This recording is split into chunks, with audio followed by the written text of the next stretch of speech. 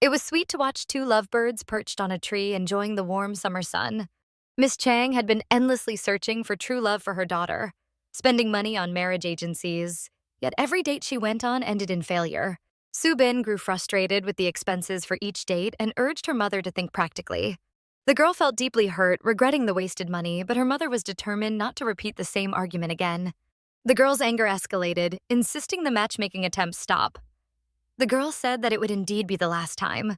Shoved toward the door in her mother's fury, she tripped slightly on the threshold, barely catching herself from falling. As she walked down the street, she muttered her frustration over her mother's relentless behavior and the tteokbokki stall in that godforsaken place. She continued walking, weighed down by sadness and anger. Despite repeatedly telling her mother she wasn't interested in marriage, her feelings were ignored. At first, she barely noticed her surroundings, but gradually, she saw blooming gardens and bright sunshine. The lovely weather lifted her spirits as she strolled, appreciating the scenery around her. Arriving at the restaurant for her date, she met a friendly-looking man, introduced as the eldest son of the Jonggajep family. They started chatting. She smiled as he described living with his parents and his desire for a future wife who would handle housework rather than pursue a career. He explained that his parents had worked hard their whole lives, and as the eldest son, he hadn't been able to help them much.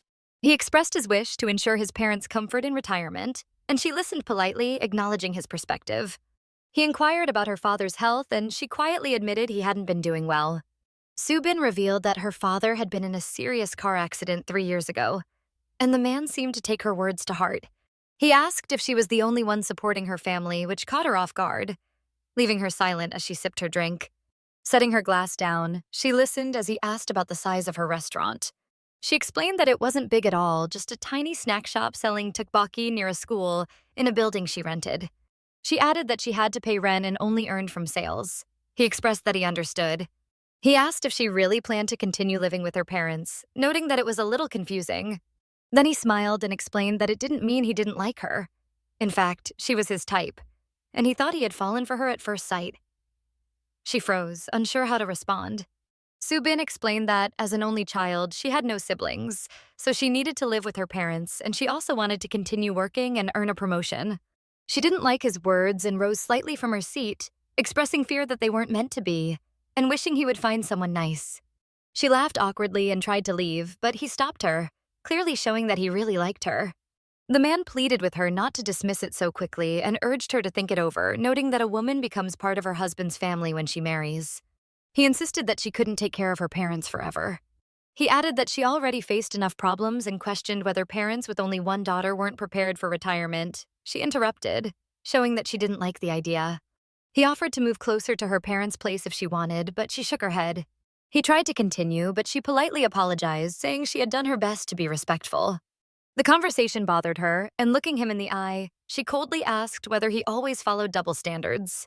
He tried to defend himself, saying that if she valued her parents, she needed to realize that he valued his as well. Pointing her finger at him, she shouted that he was only a good son in words. Furious, the girl screamed that he should treat his parents better, calling him a brat. Without waiting for her response, he ran off. She shouted that he could never stop caring for her parents and angrily tossed ice cubes into her mouth, crunching them in frustration. Then she tried to calm herself, thinking that it would be fine and that she shouldn't let men get to her like this. Running her hands through her hair, she realized that her personality was strong and not easy to deal with. She stepped outside and saw it was raining. Opening her umbrella, she wondered what was going on with the sudden weather. She walked a long way under the pouring rain, lost in thought about what to say to her mother.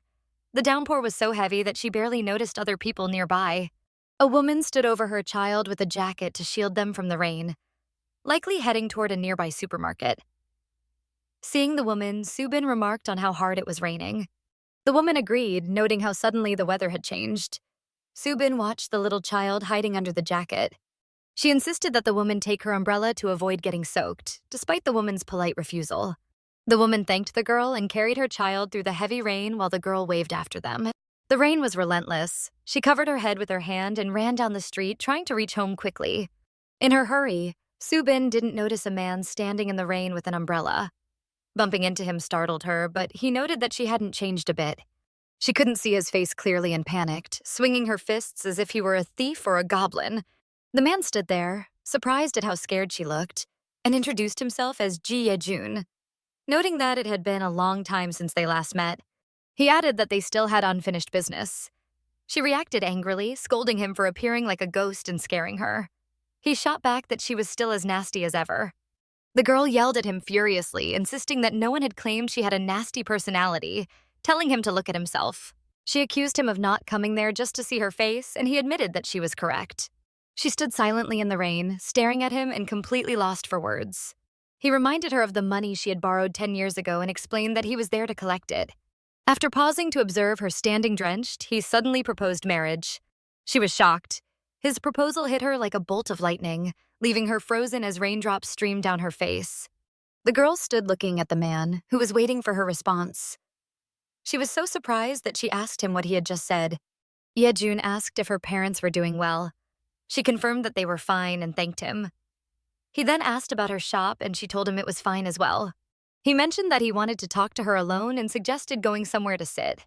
The girl said she didn't want to talk alone and asked if it was really urgent, suggesting they could discuss it another time.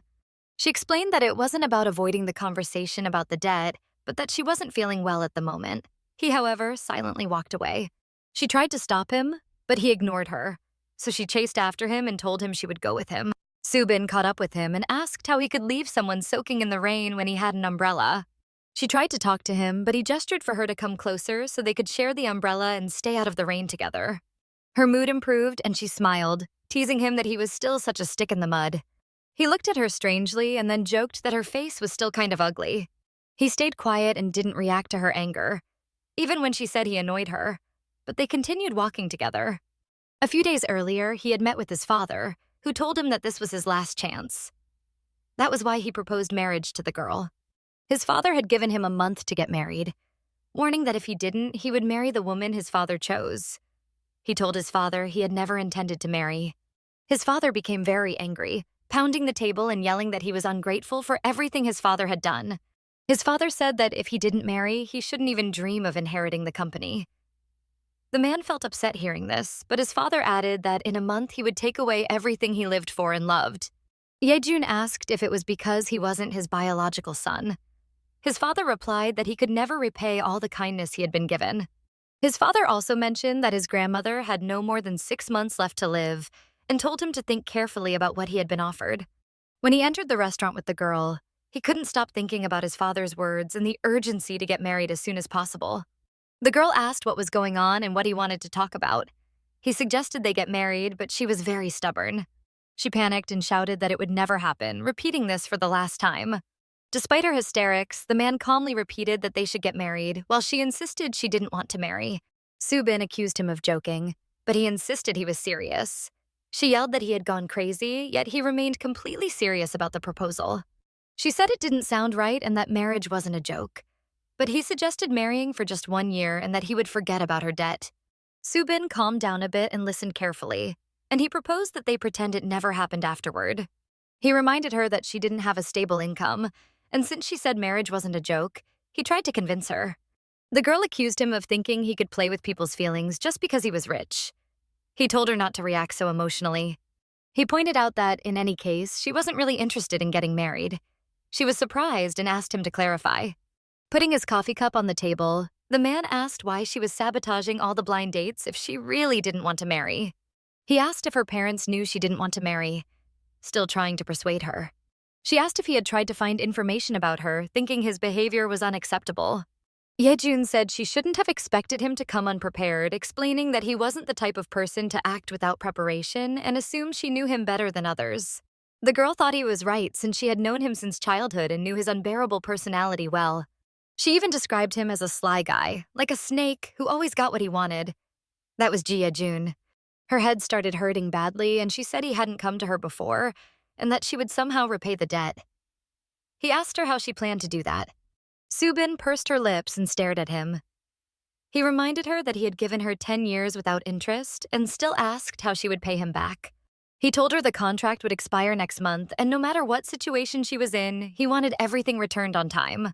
The girl picked up her bag to leave, but he told her to think carefully about it. He added that after 1 year, he would pay her well so she could live with her parents comfortably. Subin looked at him in disbelief, laughed, and told him he couldn't bribe her with such nonsense, sending him away. She thought he was such a fool as she stormed out of the restaurant, leaving him alone with his coffee. At the exit, she smiled and asked Yejun if he even understood what he was saying, noticing his umbrella by the door. She grabbed his umbrella, ran outside, hoping he would get wet and sick, and finally returned home late at night. Her mother was happy to see her back and asked what happened on the date and if she had been with him the whole time. The daughter didn't want to tell much and said she was a bit tired and would go to sleep first. She quickly ran to her room, telling her mother she needed some sleep as well. Once in her room, the girl quickly lay on her bed, hugging her pillow, saying she was very tired but she couldn't fall asleep for a long time, remembering the man's words about giving her the money 10 years ago and her promise to repay it.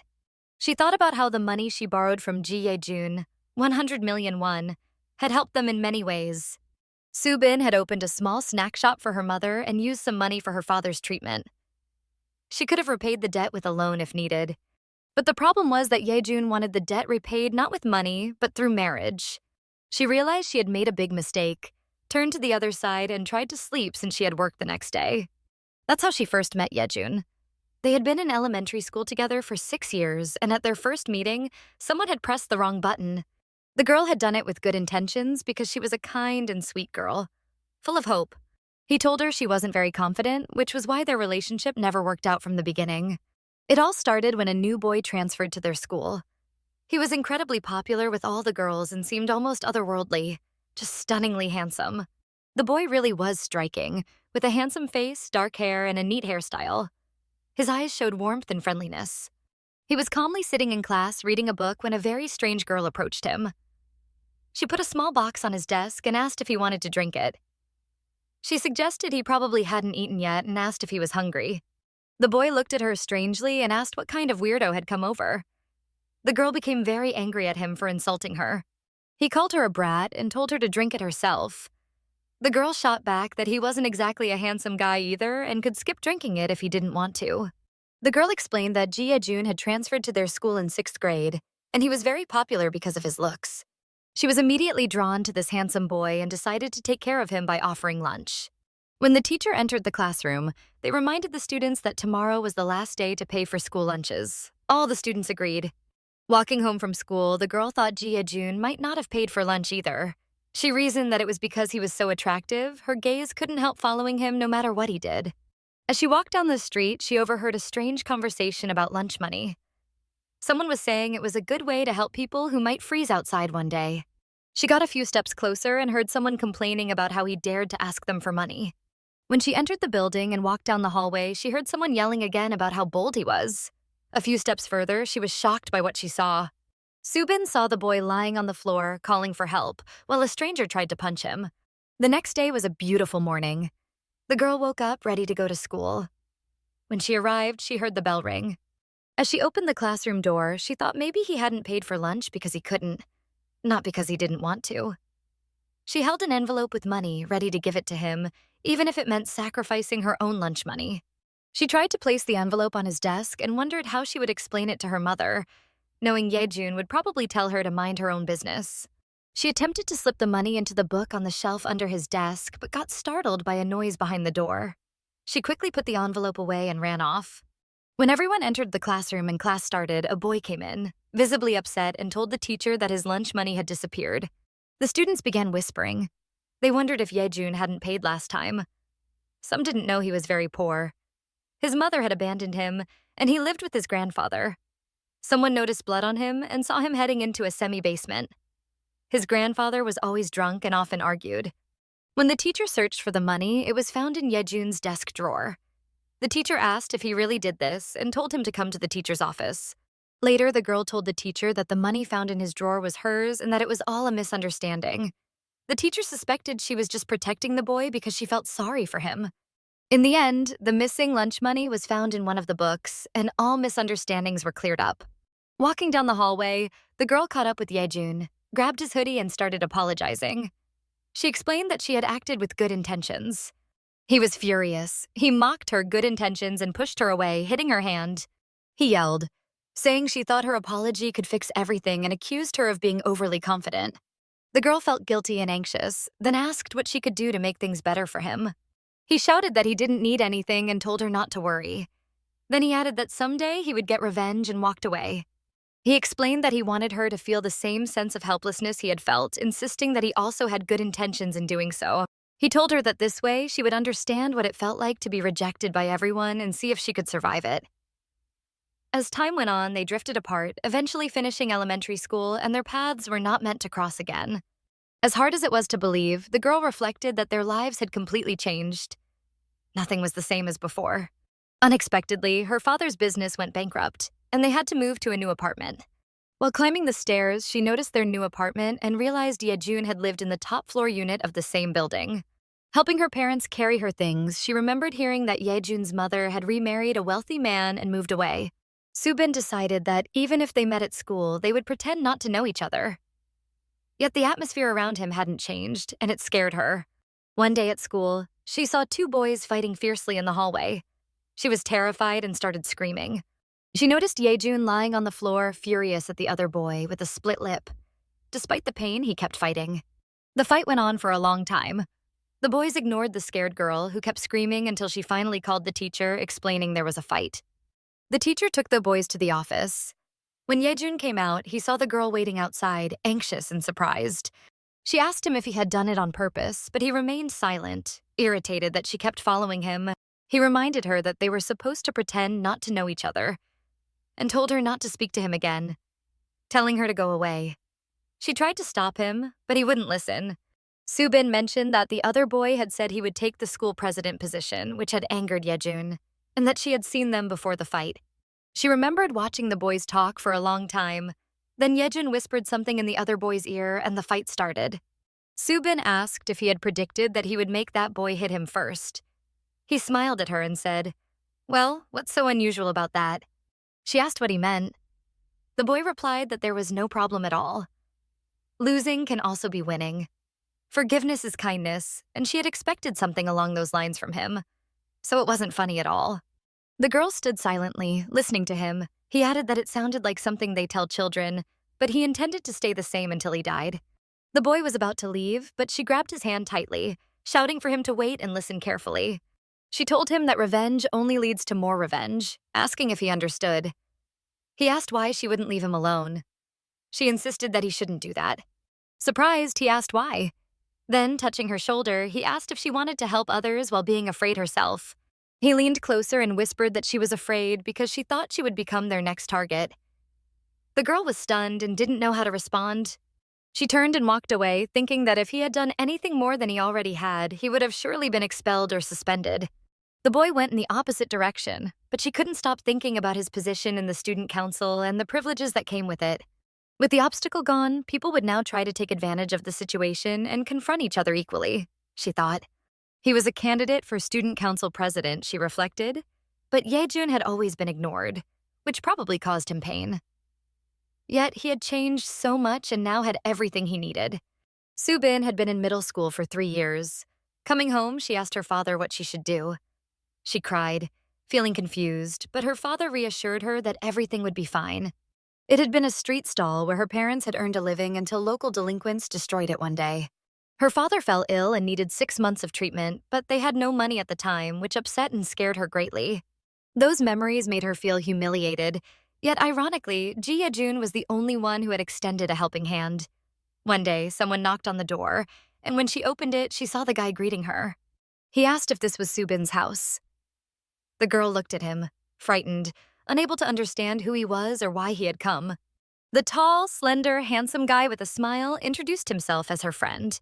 His name was Ji Yejun. Her mother clasped his hands, saying she didn't know how to repay him for his kindness. The guy smiled and said he was glad to help. He explained that when he had problems, Subin had helped him by paying for his school lunch. The amount borrowed was 100 million won, with a repayment period of 10 years. Ji Yejun lent them the money, and the girl would start paying it back once she was financially stable. It sounded like a very advantageous deal, and the guy said to consider it as repayment of the debt, looking at the girl and laughing.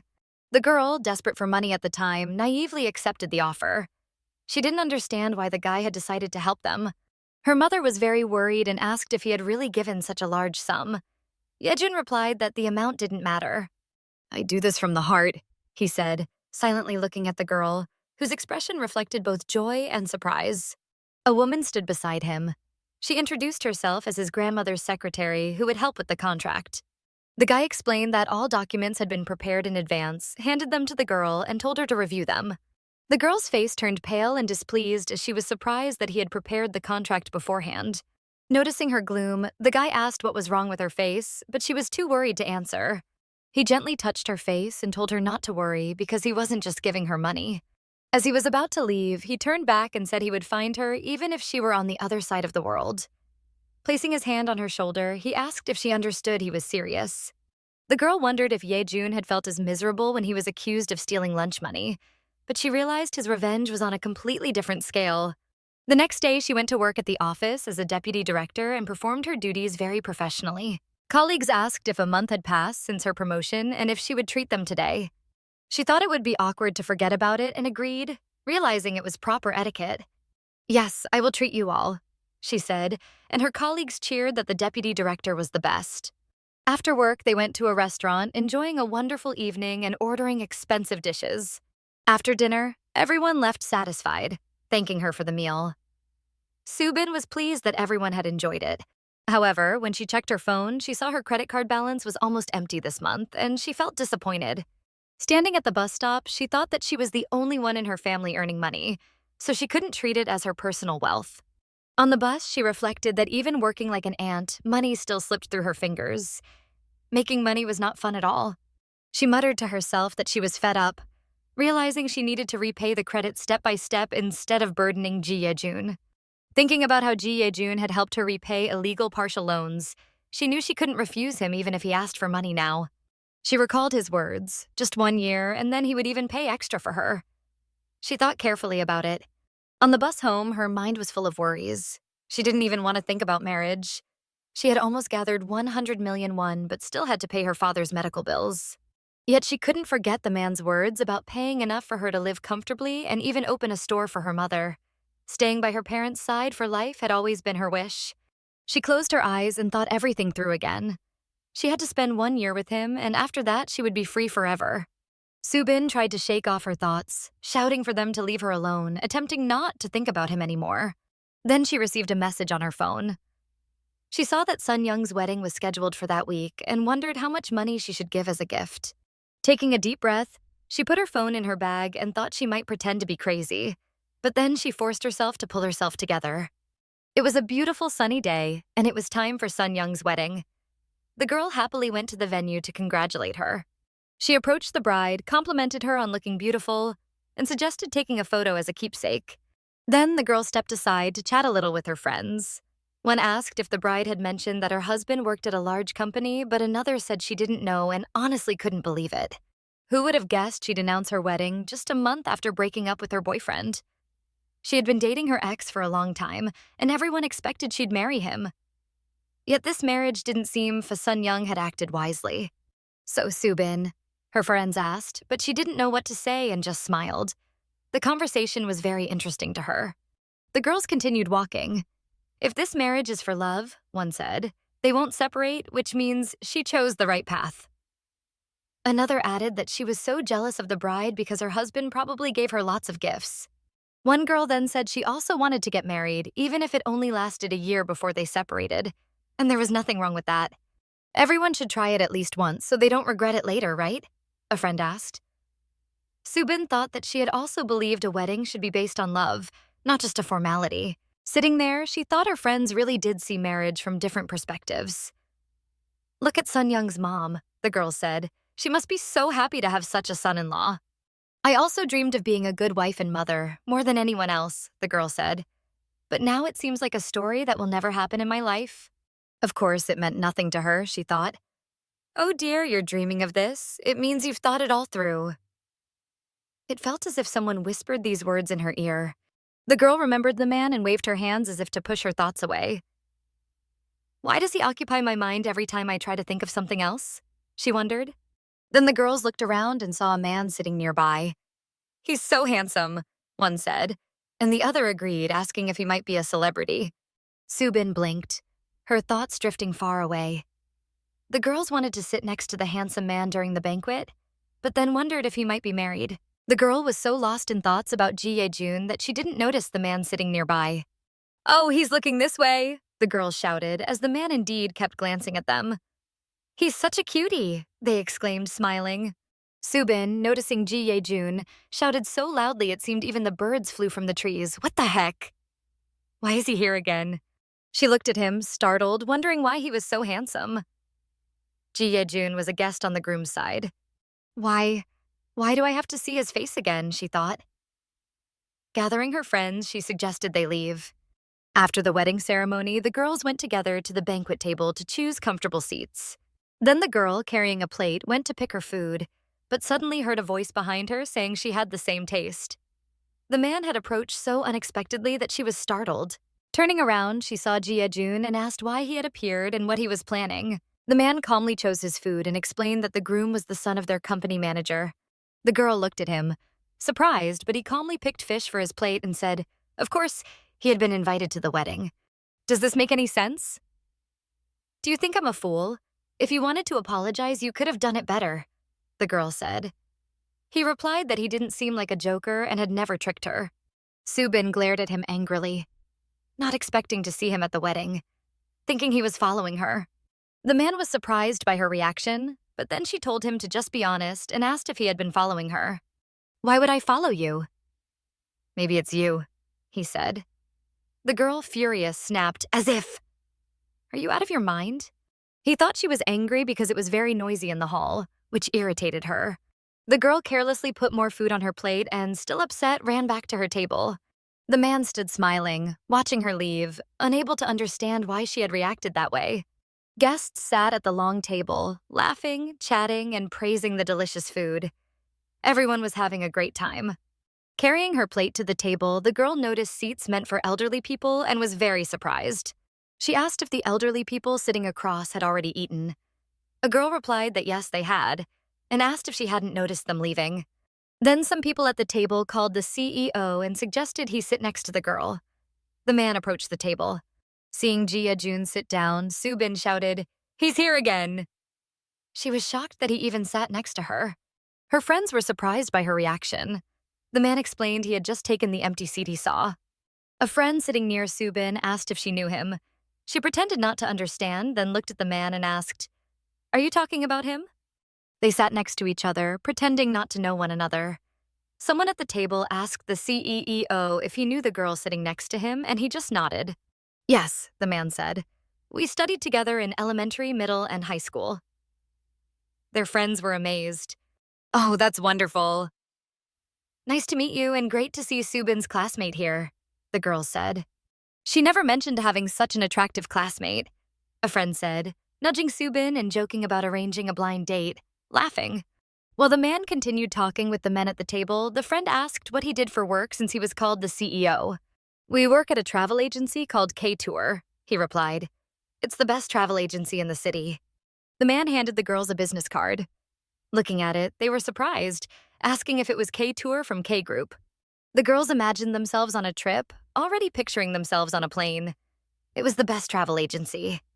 And the person in front of you is our CEO, guests said. The girls sat, stunned, speechless. While everyone chatted cheerfully, a man quietly approached the table.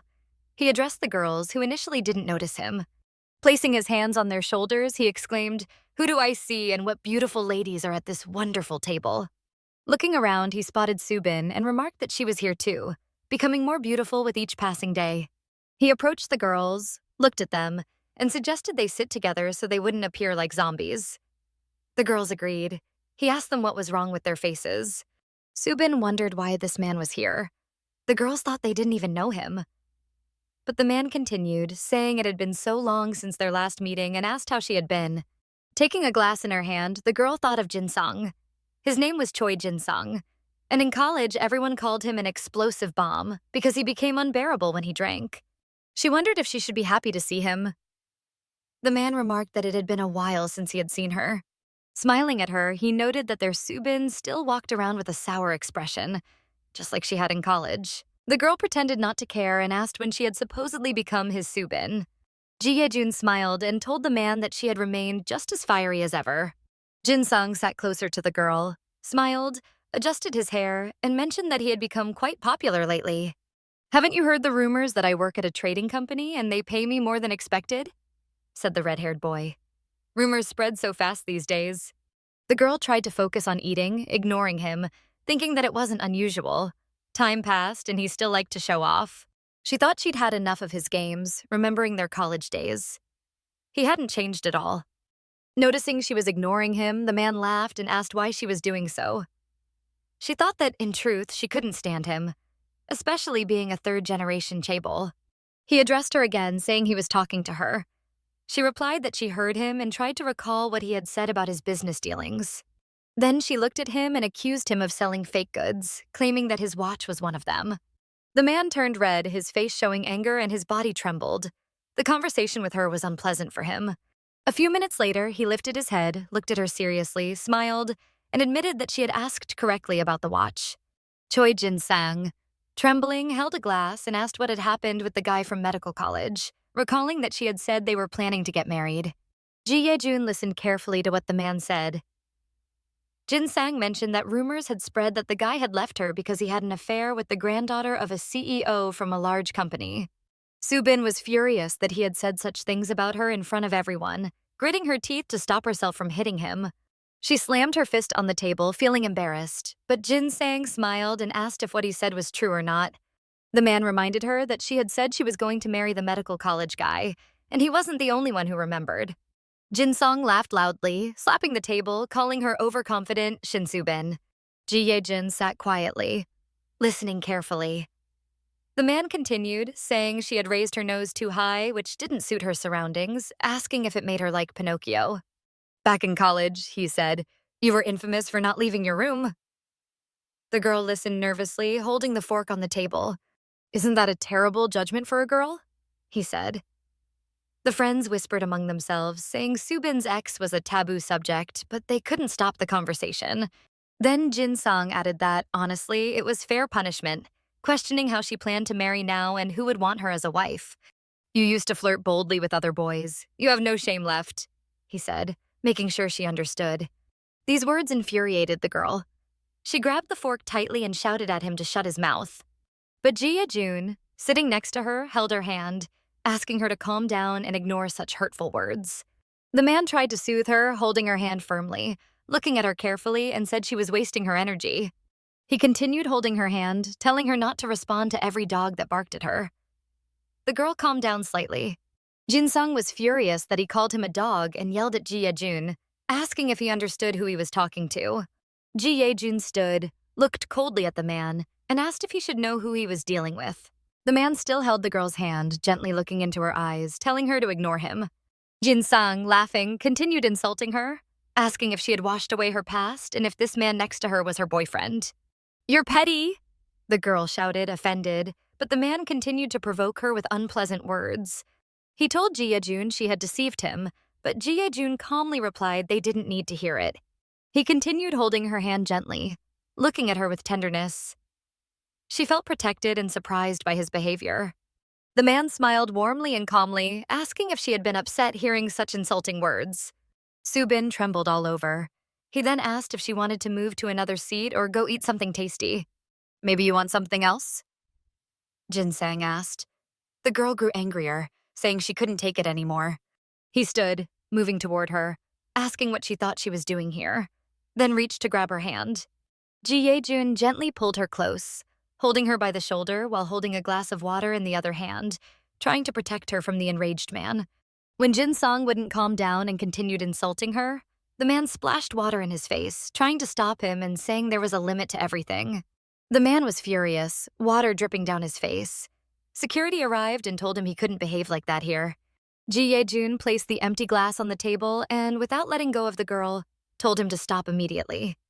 Jin-song became even angrier, shouting about the water, but the security continued trying to escort him out. Don't you get it? He yelled at the security, struggling and resisting. The guests at the table began asking if the CEO was okay. Her friends rushed to the girl, shocked by what had happened, asking if she was all right. She thought he had completely lost his mind. What on earth had he been trying to do? Ji Ye-jun asked her if she was okay, wrapping an arm around her shoulder, and she replied that she was fine. Her friends saw the man and the girl chatting so sweetly, then asked if they had been flirting and smiled warmly. The man just smiled, but she shouted that there was no flirting, that it was nonsense. They weren't in that kind of relationship. In fact, they could barely stand each other.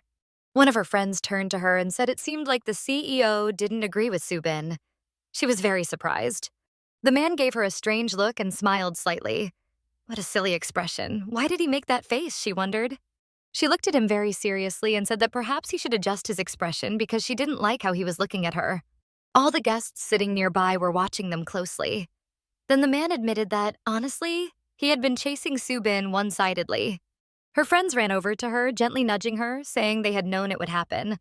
What a surprise. Why had she kept it from them? And now they understood why Choi Jin-sang had been so jealous. She replied that it wasn't true, not to listen to him, that he was lying and they had misunderstood everything. You amaze me, the man said. He reminded her that he had come to see her the other day, then smiled at her and asked, "Let's get married." She was furious and confused, not understanding why he was saying this now. Hey, what are you doing? Why are you proposing this now? She shouted. She was surprised, but he gently took her finger and promised that he would take good care of her. Looking at her with loving eyes, he told her to stop wandering and settle down with him. She looked at him, thinking there was no way she could refuse. God, could this really be true? She thought. He took her hand and suggested they leave. Once they were outside and the door closed behind them, she yelled that he had completely lost his mind and demanded to know why he had said such nonsense in front of her friends. He pressed a finger to her forehead and asked how she could make a scene after he had helped her. She replied that nobody had asked him to help. Determined, he said he didn't think she had the right to speak that way, but she objected. Then he remembered those school days, the quiet talks between kids, their eyes scanning him from head to toe. Those cold stares were expected. She felt a slight shiver run through her body, but he reminded her that she had helped him back then, even though he had asked her to. That's what I thought, she replied. He stood there quietly, watching her. The memories of those school days and everything he had endured back then pained him deeply. Subin tried to understand why he had done it and started yelling at him to speak plainly, not to try and deceive her. They stood there for a long time in silence, staring at each other until she asked if he hadn't wanted to help her. At least that's what she thought. He didn't respond. She continued, asking if he wanted them to believe they were going to get married. Ji Ye-jin met a strange expression, and she demanded to know if that had been his plan, and why he had put on such a show. He paused thoughtfully, then said it seemed she had become smarter. He wanted to see how she would react to his words. What? Are you crazy? She shouted. She was furious again, but he said it was better this way. She was so angry that she waved her hand in front of his face, demanding to know why he had said they had met before. Flailing her arms, she slipped and nearly fell. She barely caught herself and screamed in fright. He noticed she was losing her balance, quickly stepped forward, reached out, and caught her. As always, he tried to help her. She looked at him, terrified, unable to understand what had happened or why she had almost fallen. Her eyes showed fear, anger, and surprise all at once. As they continued walking, he asked how she hadn't broken her head by now. She shot back, "Are you serious?" He tried to walk ahead and leave her alone, but she stopped him. He paused and suggested they grab a bite to eat. The girl was annoyed, remembering his earlier words about her being wiser now and that it was better this way. She muttered to herself, "Maybe look at yourself first." She then recalled weddings and her friends, thinking it was true that she didn't see them often, but she couldn't avoid them forever. All right, it's fine, she thought. The water was already spilled, so agreeing to go eat with him seemed acceptable. She stood lost in thought when suddenly he approached her, looked straight into her eyes, and asked if she wasn't coming. "Let's go eat," he said. She just smiled. "You want me to eat with you?" she asked. "And then you'll leave me alone, right?" "If we eat, you eat." She wanted him to leave her in peace as soon as possible. The man thought for a moment and then said, "Subin, you're quite a contradictory person." He liked that about her character. She stared at him, thinking that in some ways he was completely right. She really was a contradictory person. "Food is just food," he said. "Like chocolate milk, it's just chocolate milk." At first, she didn't understand what he meant. As they walked on, he remarked that he hadn't expected her to be so sensitive about having lunch with him. "If it bothers you that much," he said, "let's just grab something to drink. I'll buy you whatever you want." She hesitated and then remembered. Subin remembered the chocolate milk and how back in school she had first approached him, asking if he hadn't eaten yet and if he was hungry. What's wrong with chocolate milk? She thought. She was grateful for what he had done and accepted his gesture, though she wondered how it might have affected his feelings. That was something she had once told Ji Ye-jun when they were kids. The girl stood there, trying to understand why everything happening now reminded her of those old school days. He stopped, looked at her, and said he was a bit busy, so they should hurry. She paused again, thinking he had said the exact same words when they were children. A wave of fear swept over her. All right, let's go, she said, slowly following him. She thought to herself, when he frowns, he looks so attractive. I hate admitting it, but honestly, he does look good. Nothing about him leaves me speechless, she thought. In reality, she felt a storm of emotions. She felt she should thank him for standing up to Choi Jin-sang.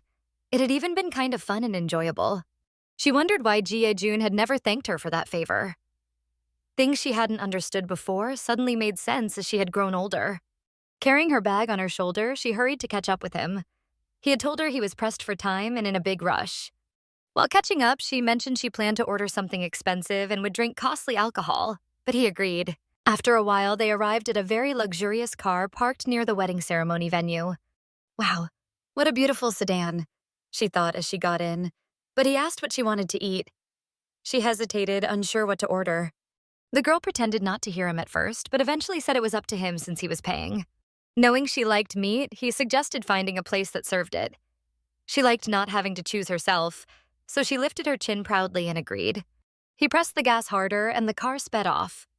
Wait for me, steak, she thought, planning to ask him to order beef.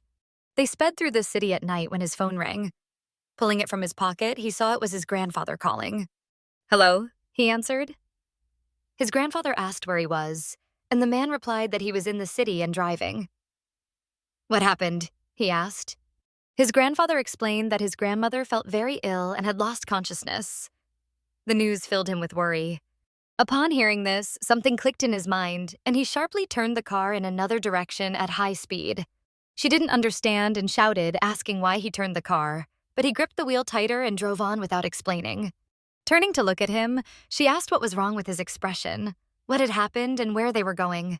He explained that his grandfather had called and said his grandmother had lost consciousness. Subin was shocked by the news. Finally, she understood why he was rushing. He was deeply worried, driving fast and barely speaking. She knew Ji Ye-jun wouldn't have helped her purely from the heart. She was certain his grandmother was behind his actions. Whenever he offered help, he never came alone. He had her grandmother's secretary with him. She had always wanted a chance to thank her grandmother, and she told him he needed to hurry.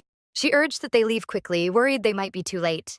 Arriving at the hospital, the man quickly found the room where his grandmother lay and quietly sat on a chair beside her bed. She looked completely exhausted, slowly opened her eyes and glanced around. He sat silently, watching her. Then he suddenly rose, looked at his grandmother, and asked if she had come too. Weakly, she replied yes.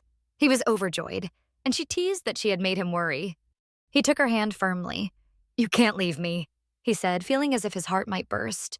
Looking at him with eyes full of love, she gently held his hand and said she could never leave him. She kept holding his hand, and he didn't let go for a moment. I'll win this battle, she said. Illness like this is nothing. The door to the room was open, and Subin stood in the hallway, nervously clutching her bag. Standing there, she wondered what to do. The atmosphere was so intense that she wished she had stayed in the car. She tried to calm herself, telling herself not to cry, but also worried about ruining the mood by going in to thank him for the borrowed money. She hesitated for a long time standing by the door before deciding to quietly peek inside. As she gently opened the door, she didn't notice her grandfather standing there. He was surprised and studied her closely. Who are you? He asked, adjusting his glasses to get a better look. He couldn't understand why this lady had entered, and if she had come to visit his wife. The girl greeted him politely, tilting her head slightly, and explained that she was a friend of Ji Ye-jun. Embarrassment immediately washed over her. He studied her silently for a long moment, trying to understand. She worried she had made a mistake by claiming to be his friend. You're Ji Ye-jun's friend? He asked, taking her hand. Oh my, you came with him to visit grandmother. He held her hand for a long time without letting go. He asked if she had been with Ji Ye-jun when he answered the call and rushed here. She nodded in agreement. Grandmother, look who's here, he said, still holding her hand. She felt extremely awkward. This lovely lady, Ji Yejun's friend, he added. Subin stood there, stunned, unable to speak. Ji Yejun approached his grandfather and asked him to wait, which surprised him. Subin thought this was the first time anyone had called her charming. Yejun's friend? The grandmother asked, astonished. Subin tried to respond but didn't even know what to say. The woman raised her head slightly to get a better look and asked why Subin was there, wanting to get to know her better.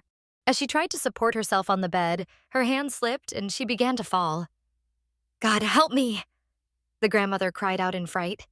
Yejun panicked, fearing she would fall. He looked at Subin sitting nearby and shouted for her to hold her. The girl quickly stretched out her arms, catching the grandmother. Being nearby, she saved her from falling. Are you okay? She asked, holding her by the shoulder. The grandmother said she was fine and was deeply grateful to Subin for saving her. Subin smiled, pleased that the atmosphere in the room had shifted naturally. Even the grandmother brightened and smiled. What a lovely girl Yejun has. What's your name? Asked the grandmother. Shin Subin, she replied. The grandmother said even her name was beautiful. They began chatting warmly. The grandmother asked how long she had known Yejun, and the girl said since elementary school. Oh my, so long, the grandmother said, gently stroking her hands. Such a beautiful girl is dating my grandson. Subin felt a strange sensation. No one had ever looked at her so tenderly before. Memories of her ex-boyfriend's family, who had never accepted her or their upcoming marriage, resurfaced, causing pain. That had been her reason for not wanting to marry again. Perhaps remembering their mistreatment hurt her heart. Then the grandmother said she was very happy to meet her, and Subin wished her a speedy recovery. After saying goodbye to her grandmother, the girl stepped out of the hospital room and walked down the hallway. The man followed behind her. They moved in silence, not exchanging a single word. He looked at Subin, wondering if he had misjudged her. Soon after, they both stepped outside. They got into the car together and started driving, still without saying a word. Each was lost in their own thoughts. The silence between them only made the atmosphere heavier. Words were hard to find, so they just kept driving quietly. The girl felt uneasy about everything that had just happened and tried to start a conversation. But the man suddenly suggested eating gopchang, even adding that he knew a good spot nearby. They entered a nice little restaurant, sat down, and the man ordered gopchang along with a bottle of soju. He poured himself a drink. The girl watched him silently. Thirsty, Ji Yejun drank the glass in one go and set it back on the table. He looked at her seriously. If she had no negative thoughts about marriage, he asked, why wouldn't she just accept his proposal? The girl was overwhelmed, unsure of what to say. For now, all she managed was that she felt sorry for his grandmother.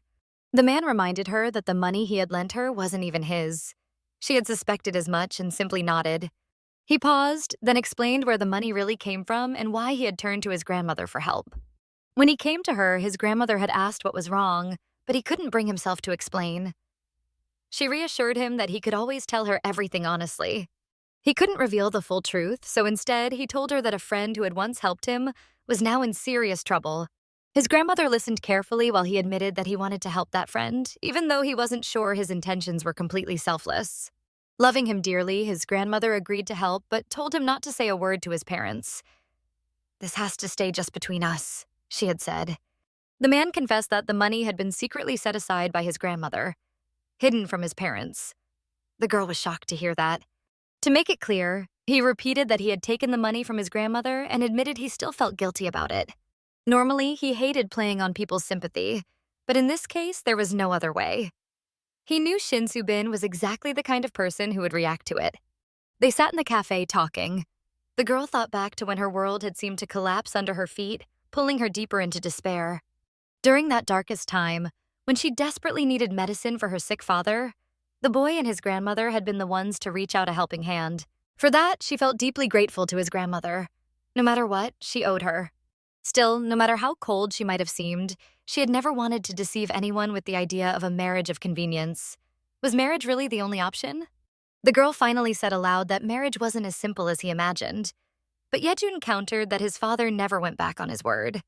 He was prepared to give up everything, even public appearances and possessions. Whether he showed it or not, Ji Yejun was already standing on the edge of a cliff. If it came down to it, he added, there would be no choice but to repay the debt he had once lent her. Then he spoke of his childhood. From the moment he was born, he had been unwanted. His maternal grandfather hated his daughter for leaving and drowned his anger in alcohol, beating him daily. Later, his mother took him away, and he was accepted into a new family. He recounted it all with pain in his voice. Yet even in the new family, no one recognized him except his grandmother, who had always loved and cared for him. Whenever guests came over, he overheard his mother introducing his younger brother as her eldest son. Those words cut deeply. He would stand outside the living room door, fists clenched, unable to enter, growing up believing he'd never be able to connect with others. He remembered his grandmother's words in the hospital as she held his hands. "Yejun, promise me you'll find true love and live a happy life." She had said she hoped he'd meet a good wife, someone who would cherish him until the very end, and that they'd spend the rest of their lives in love. The girl asked if his grandmother's last wish was to see him married. The man replied that he simply couldn't let her leave this world without seeing that wish fulfilled. The girl lifted her glass, pausing thoughtfully. She admitted that his grandmother truly meant a lot to him. The man, surprised, asked what she meant. She brushed it off, poured herself a drink, and downed it. Setting the empty glass back on the table, she asked why he insisted it wasn't true, when she didn't understand the reason. Subin confessed that it felt as though he was trying to take his father's fortune and everything else. Then she asked if it was all because of her. She added that it was no wonder he felt different from the rest of his family, except for his grandmother. Yet inwardly, she thought he might actually be worse than the others. Running her fingers along the glass, she laughed lightly and told him it was time to come clean. Subin grabbed the bottle, poured herself another drink, and asked what exactly he was planning. The man only told her she was right about everything. He explained that he was only the family's son in name, but in truth, he had nothing to do with them. His father had never given him a chance to achieve anything on his own, he said bitterly, because he was still being controlled even now. Ji-Jun poured her another drink and went on. As promised, he would give her the property after everything was done, and she'd be free to live however she wanted, starting fresh. But the girl frowned. Were they trying to form some kind of crime gang? The alcohol was getting to her. She then asked if he was planning to rob his own house. Laughing, he told her it wasn't such a bad comparison. Not long after, she grew completely drunk, repeating his name over and over before laying her head on the table. He told her to just say what she wanted, but she couldn't respond. She was feeling far too sick. Thinking about his childhood, the girl felt deep pity for him. She asked if it had been unbearably hard for him. With a sigh, she admitted that she wanted to comfort him, but she was afraid he wouldn't like it. She said she couldn't bring herself to say such things, but he probably thought she looked down on him. The girl's words hit him hard. Angrily, he shouted back, asking if she really thought he needed her pity. Nothing made him angrier than being treated with sympathy. Ji-Jun was furious. He told her not to show him any pity, but instead to just accept his proposal, insisting it would help them both. The girl lifted her head and looked at him carefully. She admitted she knew he hadn't always been such a bad person. He calmed down a little and said he was glad she realized that everyone makes mistakes. Subin then asked if he really hated her so much, but in his eyes she saw the complete opposite. He answered uncertainly.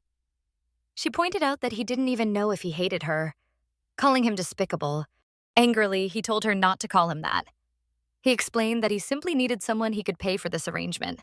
That was why he had chosen her, he said. He warned that the moment she grew attached to him, she would become useless. The girl asked if he would just throw her away once that happened. He said if that was our question, then there was only one answer. When something becomes unnecessary, it gets discarded. He added that there was no reason to hold on to something useless. But before she could respond, the girl rested her head on the table. He pulled money from his pocket and placed it in front of her face. Seeing she wasn't in any condition to continue, he told her to call a taxi and promised they would talk again once she sobered up. Then he left, saying he would make sure she reconsidered her perspective. He walked away without looking back, reminding her that neither of them was standing alone on the edge. They were both there together. Half asleep, Subin heard him leave. Slowly lifting her head, she glanced around. He truly was gone, without even thinking of coming back. She cursed him silently, furious that he dared abandon a woman like that, leaving only taxi fare behind. Staggering slightly, she rose from her seat and headed for the exit. Outside, the girl waited for her bus and climbed aboard. Holding onto the rail, she struggled to stay steady on her feet. She remembered how, before leaving the cafe, he had left money on the table for a taxi. She wondered absent-mindedly where she could have put it. While riding the bus, she slipped her hand into her pocket and found the money he had left. Anger flared in her, and she clenched it tightly in her fist.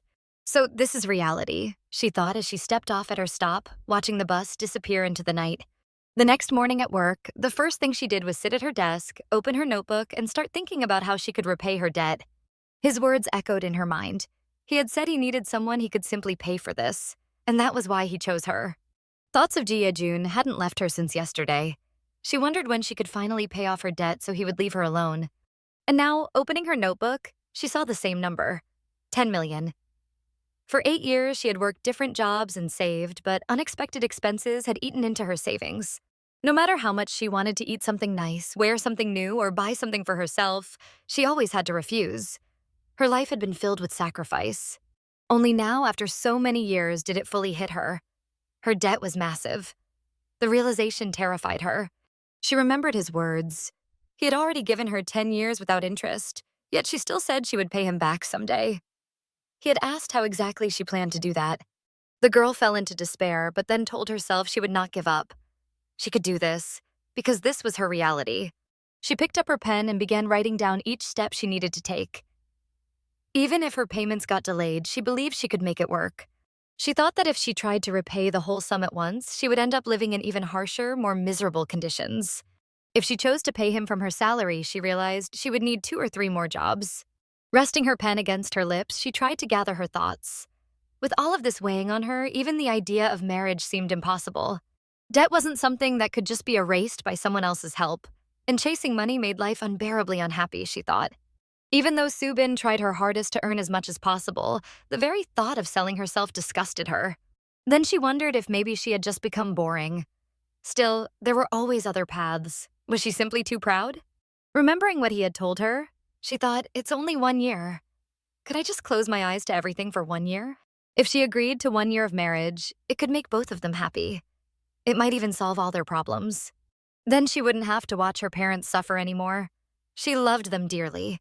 She sat lost in thought until a knock startled her. Her assistant entered, asking if they were ready for opening, and she answered yes. Subin spent the entire day working at her cafe, polite and welcoming to every guest. Late at night, after finishing, she headed home. At the bus stop, she climbed onto her usual bus, exhausted, eager to finally get home. She couldn't wait to rest. Tomorrow was her day off, and at last she would be able to sleep in and treat herself to something tasty. But as she neared her home, someone called her name. She stopped, wondering if she had imagined it. Turning around, she was stunned to see the guy, the one who had once pushed her away. He said it had been a long time. He asked how she had been, but she only stared at him before walking on without answering. She had no desire to speak with him. She shouted for him not to come near her. He stopped, staring at her in surprise. She grew furious, yelling that he shouldn't even dare to approach her, warning that if he took 1 step closer, she wouldn't hold herself back. But he caught up, touched her forehead with his hand, and she just looked at him silently. All he said was an apology. After their breakup, she had often wondered how she would react if she saw him again. Now he admitted he knew she was shocked by his sudden appearance. When he tried to touch her again, the girl pushed him away, shouting that it was useless and he shouldn't dare. Subin was stunned by his return and asked why he was there and what he wanted. He only stood in silence, staring at her. He had thought she would be glad to see him, but her reaction left him speechless. What a disgrace, she thought. She had promised herself she wouldn't waver if she met him again. Yet here she stood, not even knowing what to say. The guy wondered aloud where to begin, but the girl stayed silent. He asked what he needed to do to make her feel better. She asked if he would actually do it if she told him, and when he said he would try, she demanded that he disappear from her sight. He told her she could even hit him if she wanted. She was completely free to act as she pleased. To her, his words sounded pitiful. Subin snapped back, saying she wasn't like him, not someone who hit others. He asked if she was still angry at him over the past, guilt weighing heavy in his voice. She reminded him that many years had passed since their breakup, yet he hadn't changed. Even if he did, he would never deserve her forgiveness, so she told him to leave quietly. While they were talking, her phone rang. Seeing it was from an unknown number, she hesitated. Normally, she never answered calls from strangers, but thinking that if he weren't standing here, she would have ignored it. She picked up and greeted the caller. A familiar voice answered, saying it was him. She was shocked, then lifted her head proudly and pretended to be delighted by the call. She smiled at first, then said he shouldn't be calling again since she had already told him to rest that night. Jun was the one calling, and he was completely thrown off by how she spoke to him, since he never expected such a response. The girl called him darling and teased him for missing her so much. Her voice sounded soft and tender, and the man standing beside her flinched at what he heard. After a pause, the caller asked if this really was Soo-bin's number. The girl cursed internally, realizing she had just called Jun darling by mistake. She kept the conversation going. Jun, still puzzled, asked if she had eaten something strange, but she only asked where he was at the moment. After a long pause, he answered that he wasn't darling, but he was standing near her mother's store. She wondered why he was there. Then, claiming she was at a bus stop, she asked if he could come pick her up. She added that she was with a very troublesome person, though her ex-boyfriend didn't catch the meaning and asked what she was trying to hint at. The girl tried to leave and told him to hurry, but he misunderstood her words and declared that things would be settled here and now. Jun said he would be there in 5 minutes. She turned to her ex and asked if he had heard that and whether she needed to explain any further. He just stood there in silence. She pointed out that they had reached some sort of conclusion and asked why he wouldn't go his own way. Still, he didn't leave. She grew more anxious, realizing she had no plan B. She looked completely lost. Finally, she shouted at him to go. If Jun really showed up now, she wondered what would happen next. The man asked if she was getting married. She replied that of course she was, and asked if he really thought her life had ended the moment he left her. He denied it, clenching his fist, and admitted she was a good person. He looked crushed, regretting how things had turned out. Soo-bin turned her head away and said she wouldn't thank him for those words, then asked him to leave her alone. As she started to walk away, he caught up, grabbed her hand, and told her to wait because there was something he needed to check. Soo-bin turned to him in surprise, thinking their problem was that they knew each other too well. They could see right through one another. She grew worried that if he met Jun, her lies would be exposed. But the man kept holding her hand, unwilling to let go. Whether he was curious or suspicious, Gunho always insisted on confirming things himself. Soo-bin pulled her hand free and screamed at him to let go. Then she heard footsteps behind her. Gunho said her boyfriend had arrived and was standing right behind her. She thought it was too soon for him to show up, but then Jun quietly came up behind her and greeted her affectionately. He walked up with a charming smile, wrapped his arms around her, and asked if she hadn't waited too long. Then he turned to the man standing across from them and suggested he grab someone else's wrist instead and let her go peacefully. Gunho released her hand. The girl thought it was madness. She turned to her ex and declared that this was her boyfriend, the man who had become her husband. Gunho looked devastated, at a loss for words, until his phone suddenly rang. He excused himself and picked up. His professor was calling, so he became distracted with the conversation. While he was on the phone, Jun leaned down, whispered in her ear, and asked who exactly was going to be her husband. Shocked, she asked what he meant, but he pulled her tightly against him and demanded an answer right then. Did she want to marry him or not? He pressed her again for her answer. The girl fumed inside, wondering what on earth he was doing and why he couldn't see the situation clearly. But he kept holding her close, refusing to let her go. Soo-bin told him this was the worst situation of her life. Thankfully, her ex didn't hear it since he was still on the phone. Jun just smiled at her and said it was actually the perfect time to force her to speak up. She didn't know what to say. Looking completely crushed, she stood there helpless, unable to decide what to do. She thought to herself that Jun was the biggest scoundrel in the world, the worst opponent, armed with unmatched manipulation skills. Still, he told her they should get married.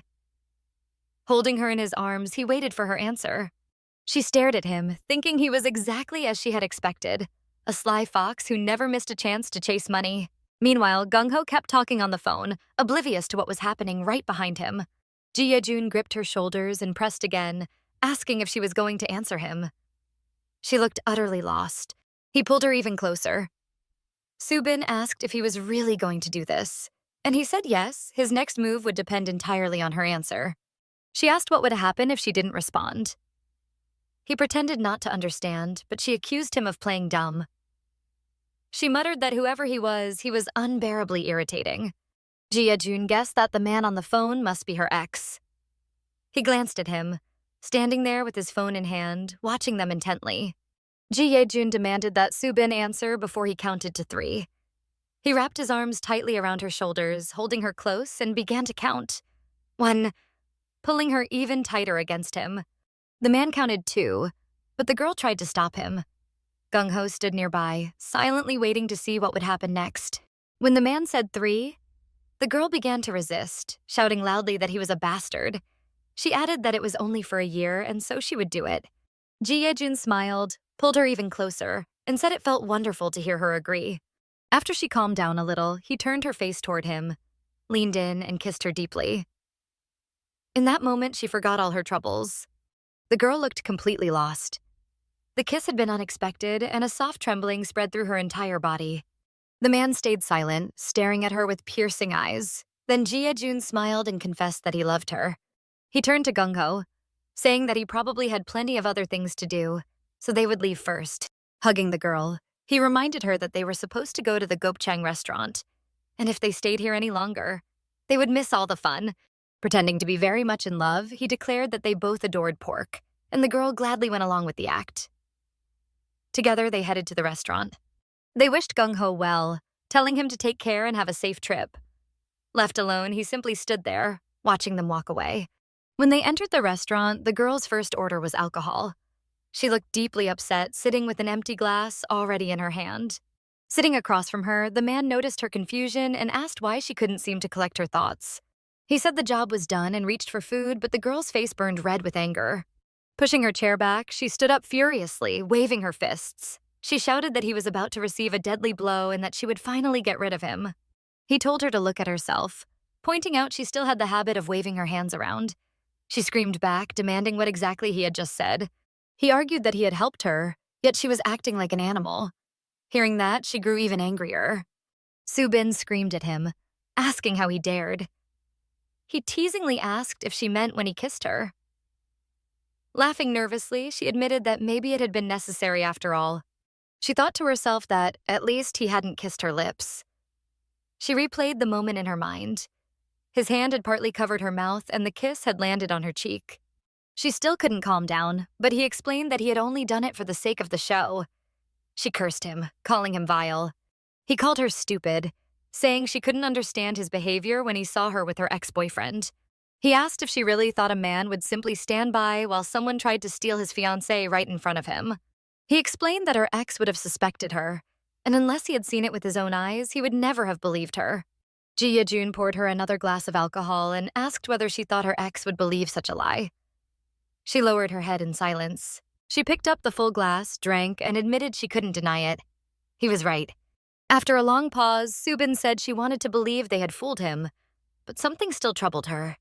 She stared at the man across from her, watching him calmly eat and somehow try to listen and understand her.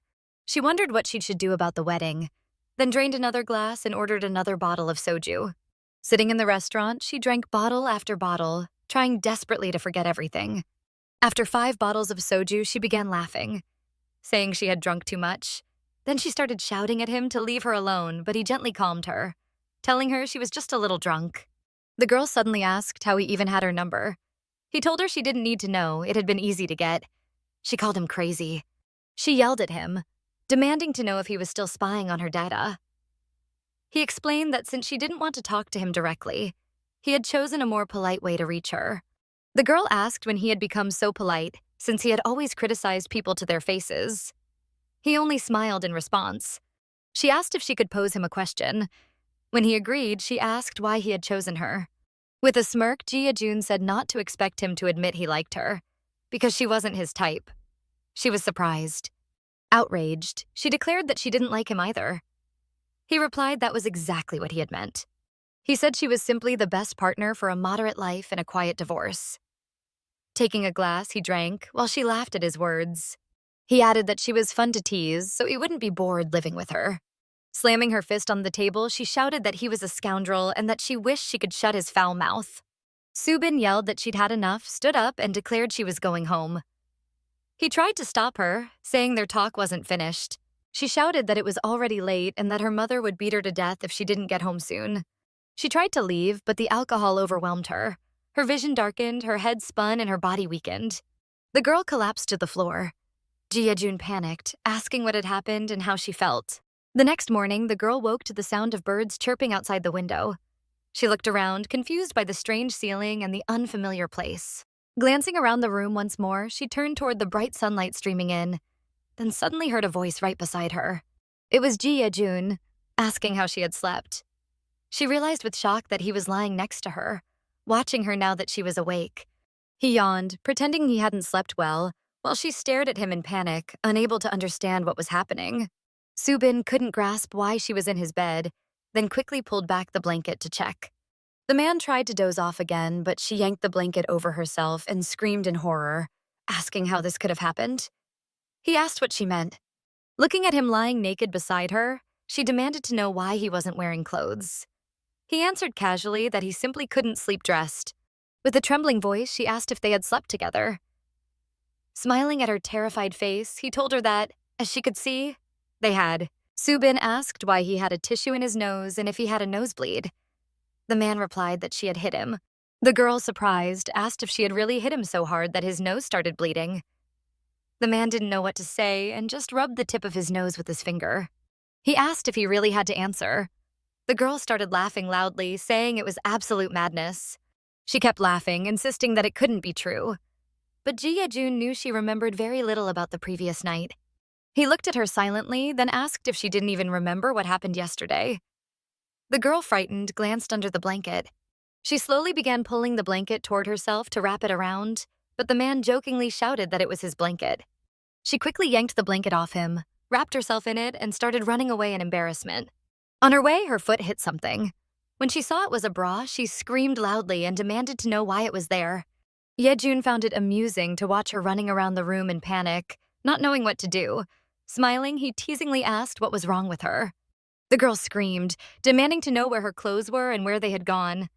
She shouted that she needed her clothes immediately. The man just shrugged and covered his mouth with his hand, smiling, while she kept yelling in fear that he might not let her out.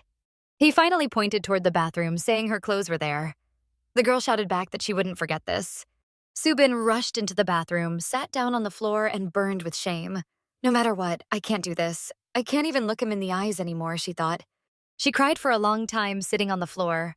Then she lifted her eyes and saw her clothes hanging on the rack, still wet.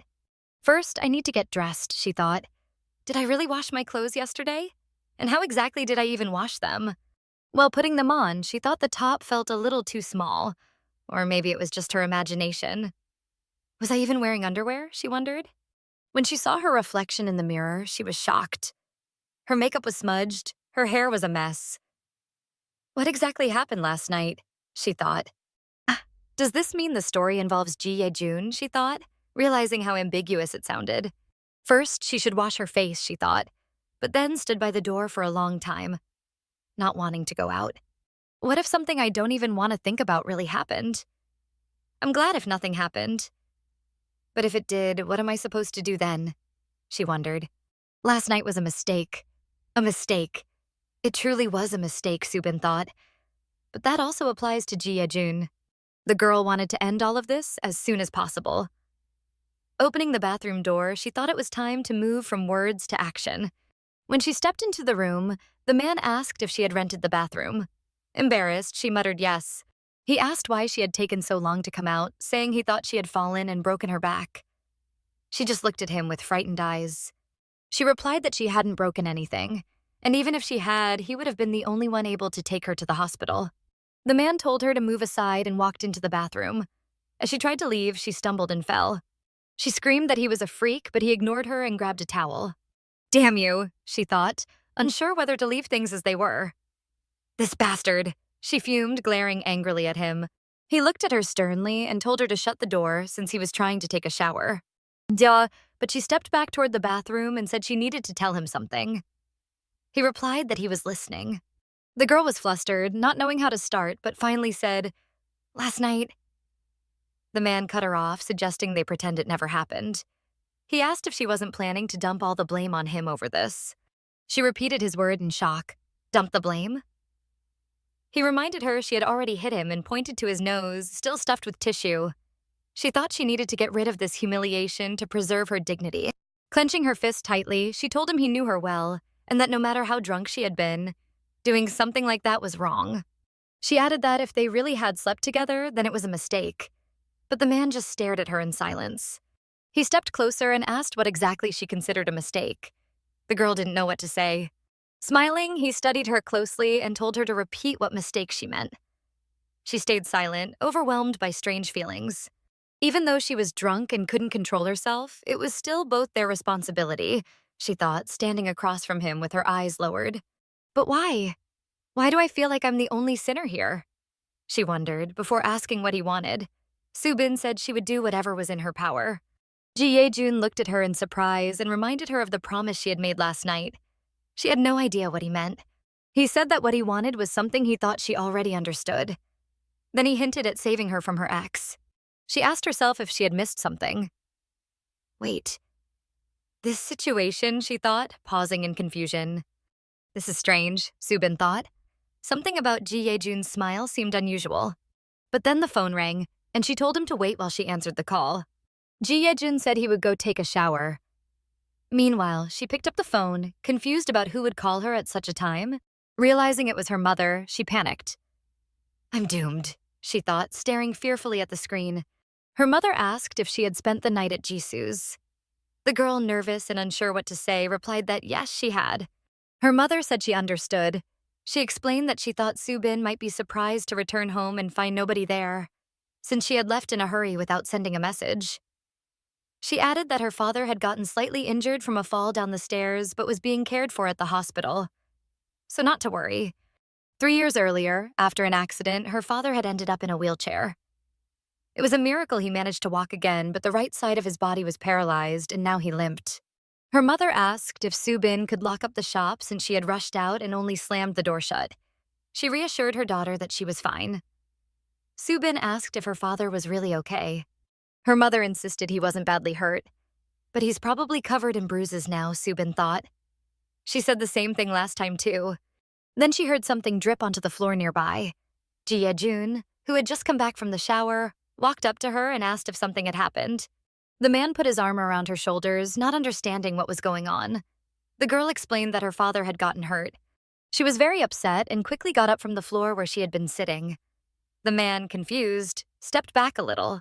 Right after that, she rushed to the door, and he ran after her because she had left her phone behind and he wanted to return it. She was shouting that she needed her bag, but she couldn't find it anywhere. Yejun eventually found the bag in a car parked outside. He opened the car door and offered to give her a ride, but she just stood there, stunned, staring at him. Then he grabbed her hand, told her to get in the car quickly, and gently pushed her onto the seat. Once inside, he asked if they should stop at the store first. She remembered how her mother had told her not to worry, but she couldn't help biting her thumb and thinking, what if this time her father was really hurt? She sat deep in thought, looking as if she didn't hear anything around her. Ji Yejun walked up to the car window, snapped his fingers to get her attention, and told her to snap out of it. When he got into the car, he offered her a blanket, telling her to put it on since her clothes were still wet. The girl looked surprised at the mention of the blanket. She insisted she was fine, but then suddenly sneezed. He stared at her in disbelief. She picked up the blanket and rubbed her nose with her hand. The man asked if she didn't know she was supposed to cover her mouth when sneezing. She agreed with him, but then unexpectedly sneezed again. He wiped his face with his hand and told her that she really needed to cover her mouth. Ji Yejun then turned up the music, started the car since they were in a rush, and glanced at the girl sitting next to him, lost in thought. She asked him if he didn't have another blanket since he was even more wet than she was. He replied that he didn't need one. She told him he could catch a cold and insisted he either cover himself or take the blanket she was holding out. He answered that he'd use one if there was a second blanket and told her not to meddle in his business. Subin looked at him and noticed water still dripping from his hair since he had just taken a shower. She commented that he was spraying water all over the car. He brushed it off, saying at least he wouldn't catch a cold. She challenged him, asking if he was so sure he hadn't already caught one. She told him not to be so stubborn and to take the blanket eventually. He told her to relax and assured her that everything would be fine. They drove through the city for a long time until they finally reached the store because her mother had asked her to double-check whether she had locked the door. As she approached the door, she noticed she had tripped over a slipper. She realized the door hadn't been locked because of it. Once inside, she thought about how her mother hadn't even noticed she had left the house without shoes, and wondered why she always acted like that. The girl pressed her lips together, thinking that her mother's behavior didn't really mean much, and then went outside and locked the door. Ji Yejun, standing next to her, suggested driving her straight to the hospital, which made her pause and think. Then they drove through the city again. On the way, she called her mother once more to ask which hospital they were at. Her mother asked if she was already on her way, adding that she didn't have to come. The girl insisted, saying she was already in the car and just needed to know the address. She reassured her mother they were almost there and was about to hang up. Her mother suddenly called her name and she answered, saying she was listening. Her mother admitted she hadn't had coffee yet and asked her to bring some along. The girl agreed to pick it up. When she turned off the phone, she thought to herself that her mother had said her father was fine. She remembered how her mother always warned she'd be in big trouble if she went even a single day without coffee. She needed it to feel normal again. When they arrived at the hospital, the man stopped the car, went into a cafe, and came back with coffee.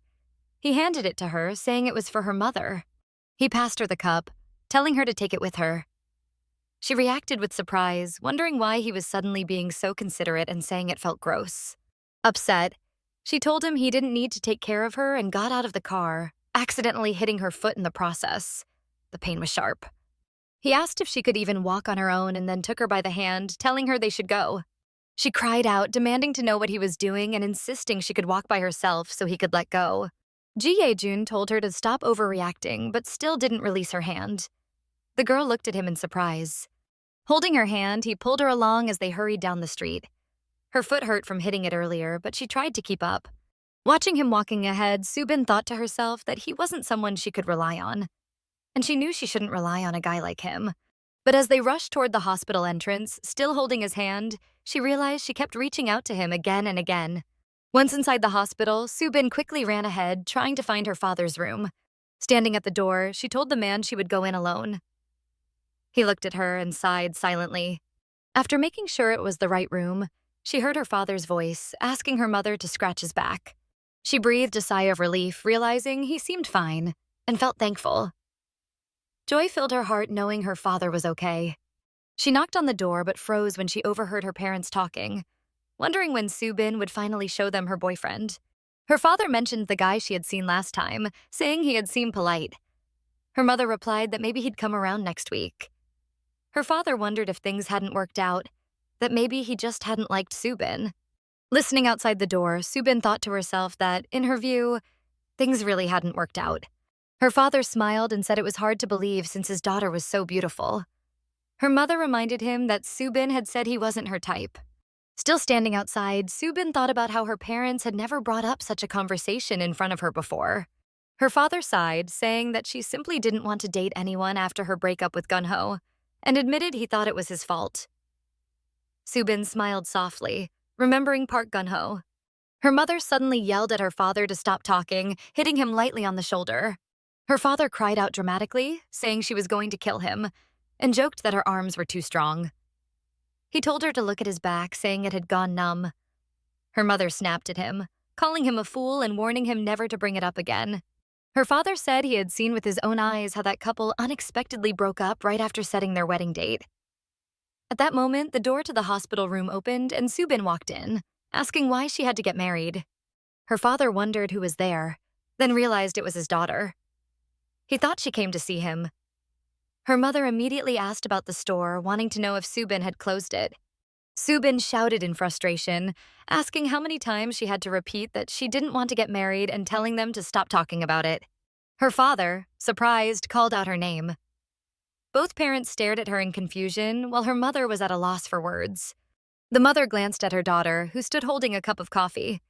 She reminded Subin that she had asked for bottled coffee and questioned why she had bought expensive coffee again. Subin answered that if anyone overheard her, they would think the coffee was mixed with gold, but in reality, it was just coffee. Her mother said she had only wanted a small cup and then asked how many cups of coffee might fit into the mug Subin had brought. The girl laughed and admitted her mother was right, adding that she'd probably need to sell a few servings of tteokbokki and paper cups just to afford that kind of coffee. With a small laugh, Subin said marriage didn't mean much to her anyway, then simply smiled. She explained to herself that even if she married a wealthy man through a matchmaking service, she'd only end up being ridiculed because people would shiver at the idea of her drinking instant coffee. Subin admitted she didn't mind being unhappy herself, but she refused to let her family suffer. In her eyes, arguments between loved ones weren't terrible. They were just normal. Still, Whenever her parents brought up the subject of marriage, she realized she didn't want to live with a man she didn't care about. Her mother, puzzled, asked who had ever told her that she needed to marry a rich man. Her mother explained that all they wanted was for Subin to meet a man she could spend the rest of her life with. But Subin told her mother to wake up and face reality. Subin firmly declared that no such man would ever exist in her life. Her father responded that he understood but admitted he was still worried about her. Her father asked if she truly wanted to stay under his protection until the end of his life. He confessed that he would have done the same himself if only he could live for 1,000 years. But then he reminded her that such a thing was impossible. Looking out the window at the rustling leaves, he reflected that no matter when or how their separation would come, it was inevitable. He added that she needed someone else she could lean on, and he asked if she understood what he meant. Ever since his accident 3 years ago, when he came close to death, he had developed the habit of always being prepared for it. Subin wondered aloud just how precious she was to her father if he couldn't leave her alone. But then she thought it was just selfishness. She asked how he could possibly judge the character of the man he expected her to live with. Frustrated, she thought something was wrong with this logic and concluded that she'd simply live on her own. Her father tried to call her name, but she cut him off, insisting it was her life and she would handle it herself. She told them both to leave her alone. Her mother then asked if she didn't like the man she had gone on a date with last time. Her mother pointed out that the man had seemed nice and his conditions were reasonable. Subin grew furious, asking if either of them even listened to her, and questioning what was wrong with both of them. Feeling deeply hurt, she explained that every time she went on a blind date, it only drove her mad because her parents had no idea what she had to endure there. Angry and emotional, she cried out to her parents that they didn't know anything about what she was going through. She realized she would finally have to tell them the whole truth. Her mother, shocked, stared at her and asked what she was talking about and what exactly she had heard. She was clearly worried about her daughter. But Subin thought to herself that no matter how bad her blind date partners were, she never wanted to complain to her parents about it. She didn't want them to know the truth. Finally, she confessed that those blind dates had slowly destroyed her self-esteem and made her feel worthless, all because of the insults she kept hearing. Her mother, horrified, demanded to know why Subin was only now speaking about it. Subin fired back, asking if her mother had ever even bothered to ask her about it. She accused her mother of caring only about how many blind dates she could send her on. Both parents were shocked to hear this. Subin said she liked being alone. She refused to waste her trust on someone who would eventually make her cry, so she'd rather live and die in solitude. In her heart, she thought, now they finally know everything. She turned and quickly headed for the door. Her mother called after her to wait, but Subin ignored her, thinking the whole situation was awful. When she stepped into the hallway, she noticed a young man had been standing outside the entire time, waiting for her. Looking at her, he realized something had happened. But Subin said nothing, too overwhelmed to speak. She hurried down the hallway, but her mother tried to catch up, calling out after her. Subin, however, pretended not to hear. Then her mother noticed the man standing near the door. She asked if he was Yejun. He confirmed it and politely asked if everything was all right. Miss Chang reassured him that it was.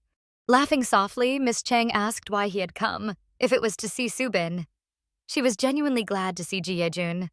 He explained that he thought Subin might feel uncomfortable, so he had decided to wait outside. Miss Chang nodded, understanding. He then asked her to give his regards to the girl's father and told her not to worry about Subin. He promised he would visit again soon. Miss Chang stopped him as he turned to leave, grabbing his sleeve. When he asked what it was, she hesitated, unsure of how to phrase her question, feeling embarrassed. At last, she asked quietly if he had come to see Subin just to collect the borrowed money.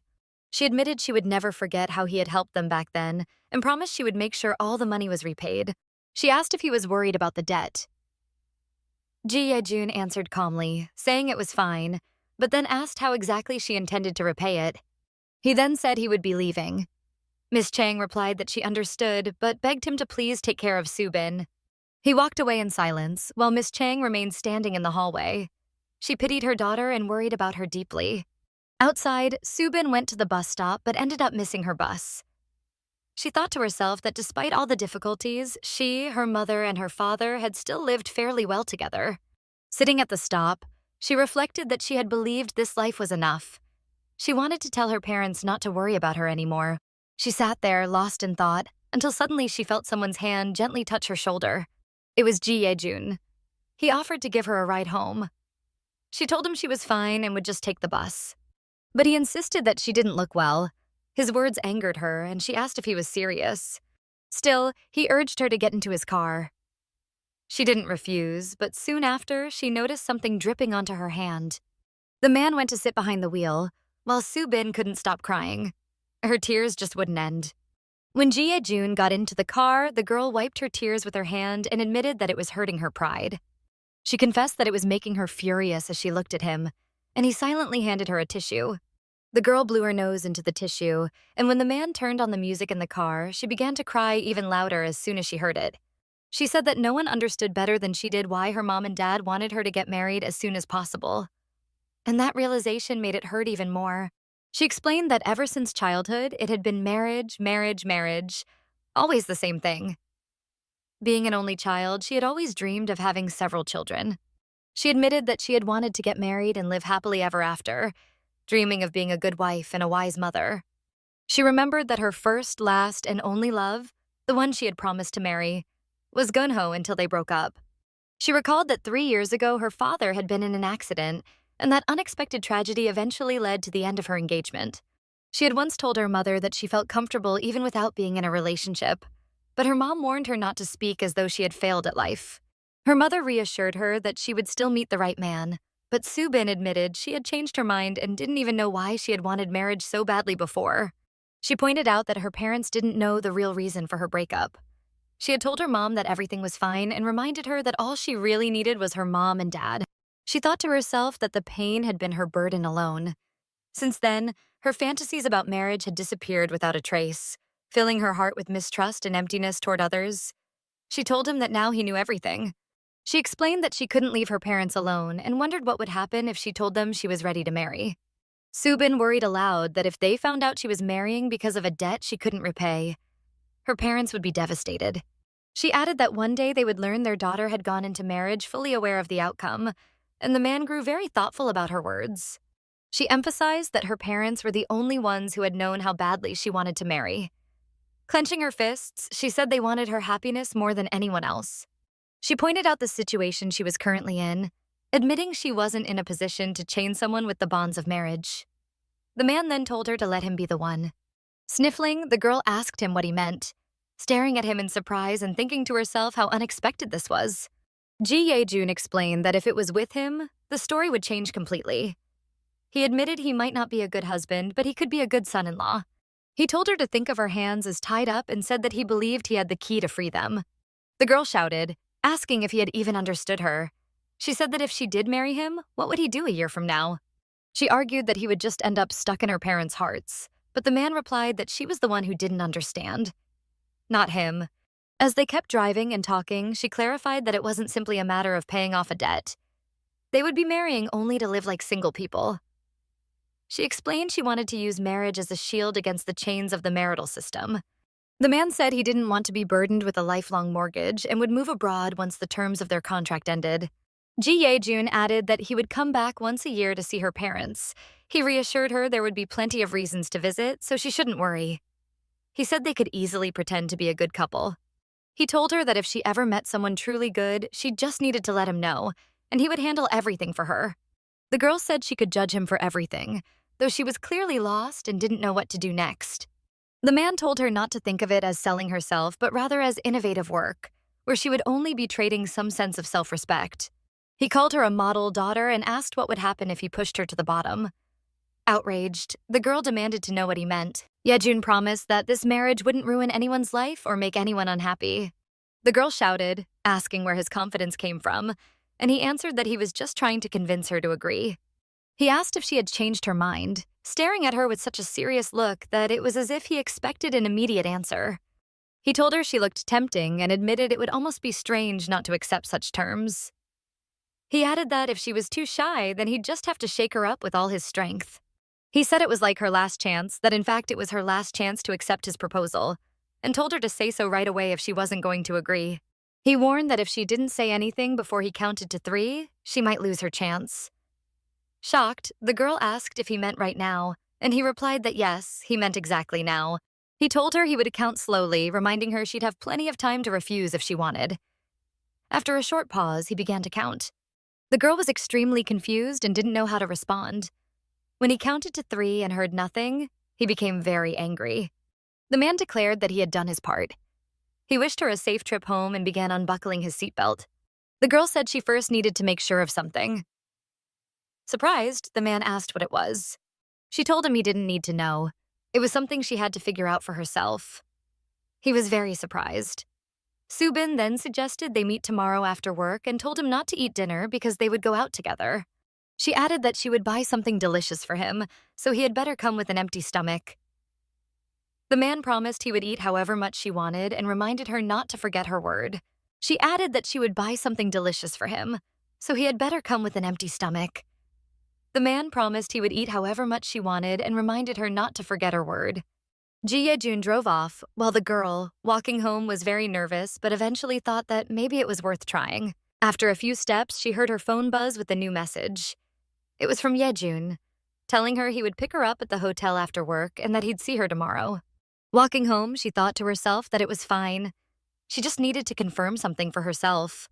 The next day, after finishing work, Subin left the office. A colleague noticed a handsome man standing nearby. Another colleague shouted to the deputy manager, Subin, pointing out the very handsome man standing over there. The coworker exclaimed that it was a jackpot, calling him incredibly attractive. And indeed, the man looked stunning. Ji Ye-jun was truly a striking man. Subin laughed and told her colleague that she had rated this attractive man. The coworker replied that he was so good-looking that it made the world worth living in. Subin asked her colleague if she wanted her to handle it. The colleague shouted that if Subin could really pull it off, she would respect her for the rest of her life as deputy manager. Subin, with a sly look, told her to watch how she did it and learn. The colleague said their deputy manager was so cool and wondered if Subin would actually get his number. She even suggested they should make bets on it. Someone muttered that it was a shame they couldn't join the bet, then pointed out that the guy had smiled. The colleague, watching, whispered how handsome he was. Subin slipped her arm through the man's, glanced back at her colleague, and quietly whispered that the operation was successful. She waved slightly as she walked away, and the colleagues admitted she had really hit the jackpot. Once they arrived at the restaurant, Subin called the waiter and ordered a bottle of soju and some chicken feet. Ji Ye-jun was surprised and asked if that was really what she wanted to eat. Subin laughed, asking if he had seen their colleagues' shocked faces. She said it was adorable and so funny. Ji Ye-jun asked if it was really that funny, and she confirmed that it absolutely was. When the waiter brought their food, Subin exclaimed that it looked delicious. She then asked if he even knew how to eat it. Ji Ye-jun admitted, while opening the soju, that he had never tried it before. Subin was shocked but pleased. She told him to try it right away and handed him a chicken foot. He muttered something unpleasant under his breath. Ji Ye-jun said he wasn't going to eat with it, just drink. Subin asked if he was really planning to drink on an empty stomach. He reassured her that it would be fine, and she reluctantly agreed. Subin was secretly delighted that she had chosen a dish he didn't like. She thought to herself that she needed to get him drunk, but she wasn't sure how much Ji Ye-jun could handle. The more he drank on an empty stomach, the better. Ji Ye-jun, thinking she wouldn't be able to catch him off guard, asked her one more time what her answer would be. Subin said yes, but admitted she had a question out of curiosity. He told her to go ahead. She asked if there was really no one better than her. Was she truly the one he wanted to marry? The question threw him off, and for a moment he didn't know how to respond. Then, after thinking, he said he simply couldn't do it without her. Subin laughed and said that if that was the case, he should give her 100 reasons why he wanted to marry her, and what made her different from the others. Ji Ye-jun asked if she was out of her mind. He seemed baffled and said he just couldn't believe the things she was saying. He told her he didn't need anyone else. She was enough, and she was beautiful. Subin admitted that it all felt so unexpected, and now she realized he was actually a very simple person. Subin remarked that he seemed to live a comfortable life. He shot back, asking why she would think that about him. Still chewing on chicken feet, Subin pointed out that last time, when he was sober, he had walked away without saying a word. He flinched and admitted that was true. He then asked if that was what she had wanted to confirm. Did she think he was the kind of scumbag who would take advantage of a drunk woman? He pressed further, asking if she had really just wanted to confirm whether they had slept together that night. Subin, amused, said he had a good sense of humor and downed a glass of soju. Ji Ye-jun, offended, told her she had completely misunderstood. He said no matter how much he hated himself, did she really think he was trash who preyed on drunk women?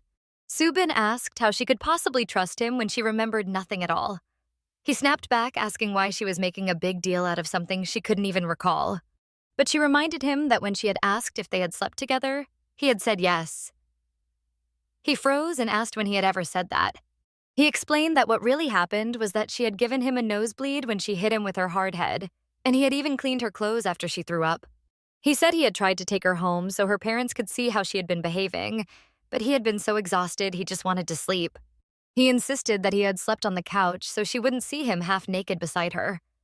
Subin then asked why he had answered yes to her question about them making love. Their argument heated up. Jun shouted that she was the only one causing confusion. Subin yelled back that he had confused her from the start and should have explained things properly. He demanded to know what kind of explanation a crying girl fresh out of the hospital would even need. Then, angrily, he told her that to him she wasn't even a woman.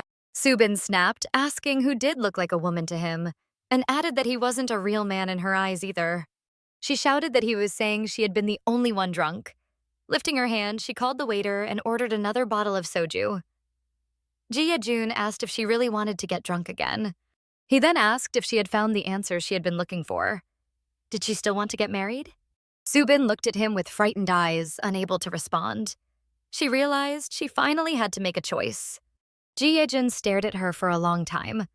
He saw she was confused, unable to decide, but he waited patiently for her answer. After much thought, Subin finally said she would marry him. He was shocked she agreed. She then asked about the contract. She muttered that this wasn't even marriage, just an agreement. Still, she told him to drink with her to celebrate. Jun laughed and admitted he hadn't expected that. Subin poured soju into their glasses but said she didn't want to make a toast. She was already embarrassed enough by what she had done. She told him not to hold back and to drink as much as he wanted. He agreed, suggesting they drink to the last drop. After finishing her glass, Subin grew drowsy and laid her head on the table. Jun sat there, wondering what to do next. He reminded himself that she had asked him to leave her, so she shouldn't blame him when she sobered up. Just as he was about to leave, the waiter stopped him, asking if that wasn't his girlfriend and how he could just abandon her. Jun replied that she wasn't his girlfriend. But then he noticed a group of drunk men entering the cafe. Worried for Subin's safety, he quickly recalled his driver's number and called him. He ended up carrying her on his back outside. He cursed under his breath, saying his expensive suit was ruined, and asked why he was even carrying Subin like this. The driver gasped, asking if the girl was really that drunk. Jun told him to please open the car door. They got in the car and drove off. On the way home, Jun thought to himself that she had better pay him back once she woke up. At her place, he left the drunken Subin lying on the floor and walked out of the room. Lying there, Subin opened her eyes and thought that if she had known it would turn out like this, she would have become an actress. Then she warned Jun to be careful, but he just laughed, saying she had some real acting talent. Looking at her in surprise, he asked if this was really what she had wanted to confirm. Did she think he was some creep who would take advantage of a drunk woman? The girl admitted she already knew that, but wondered how she could ever trust him. Deep down, she was trying to test him. The man headed to the bathroom to take a shower, while the girl told herself she was going to figure everything out about him that very night. Sitting angrily on the floor, she clenched her fist and tapped her back, muttering to herself that he was just like a stubborn donkey. She shouted in frustration, asking how he dared to toss people away like discarded corn cobs.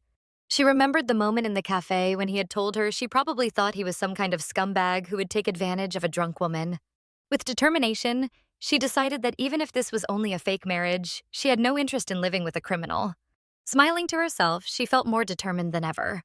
She told herself she would show him if he ever tried to do anything strange.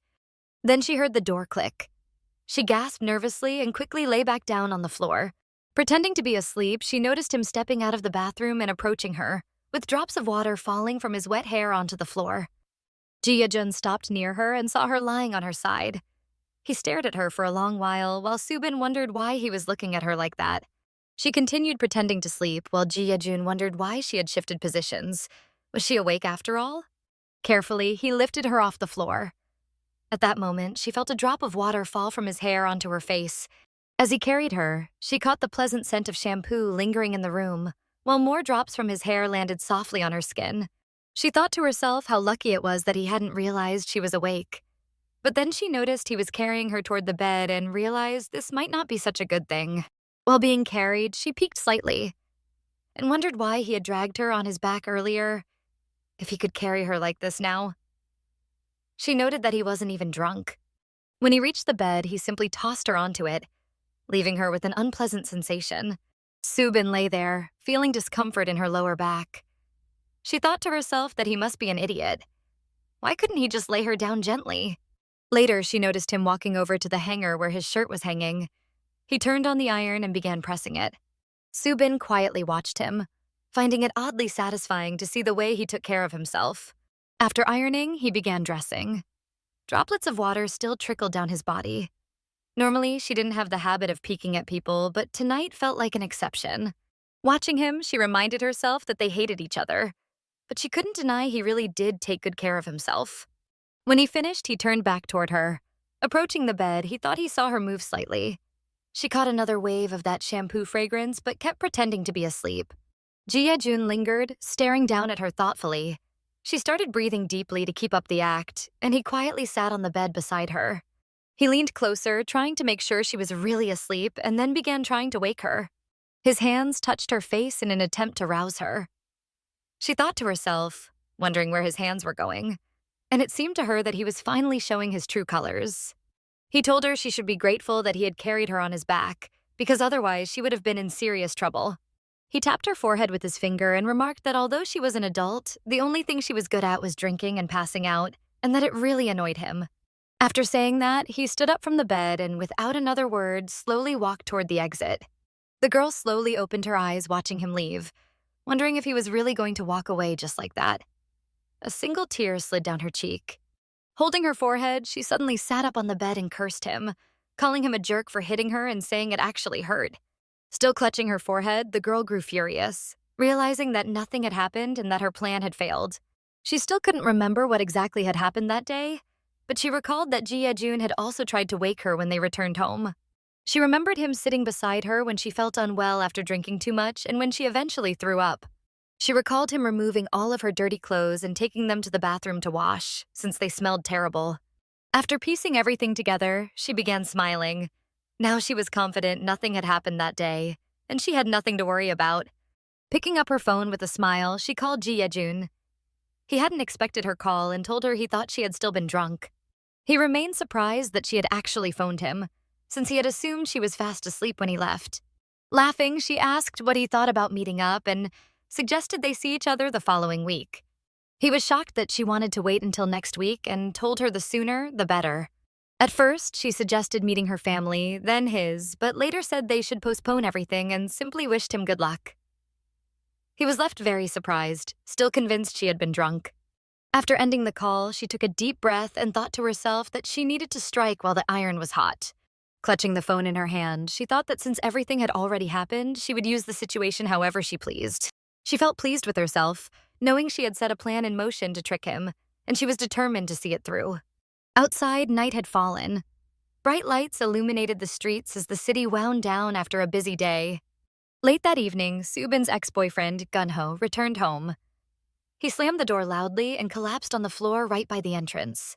His mother, seeing him drunk, asked if he planned to keep worrying her, and thought to herself that it was all her fault. Crying, Gunho begged Subin for forgiveness, admitting he had been wrong about everything.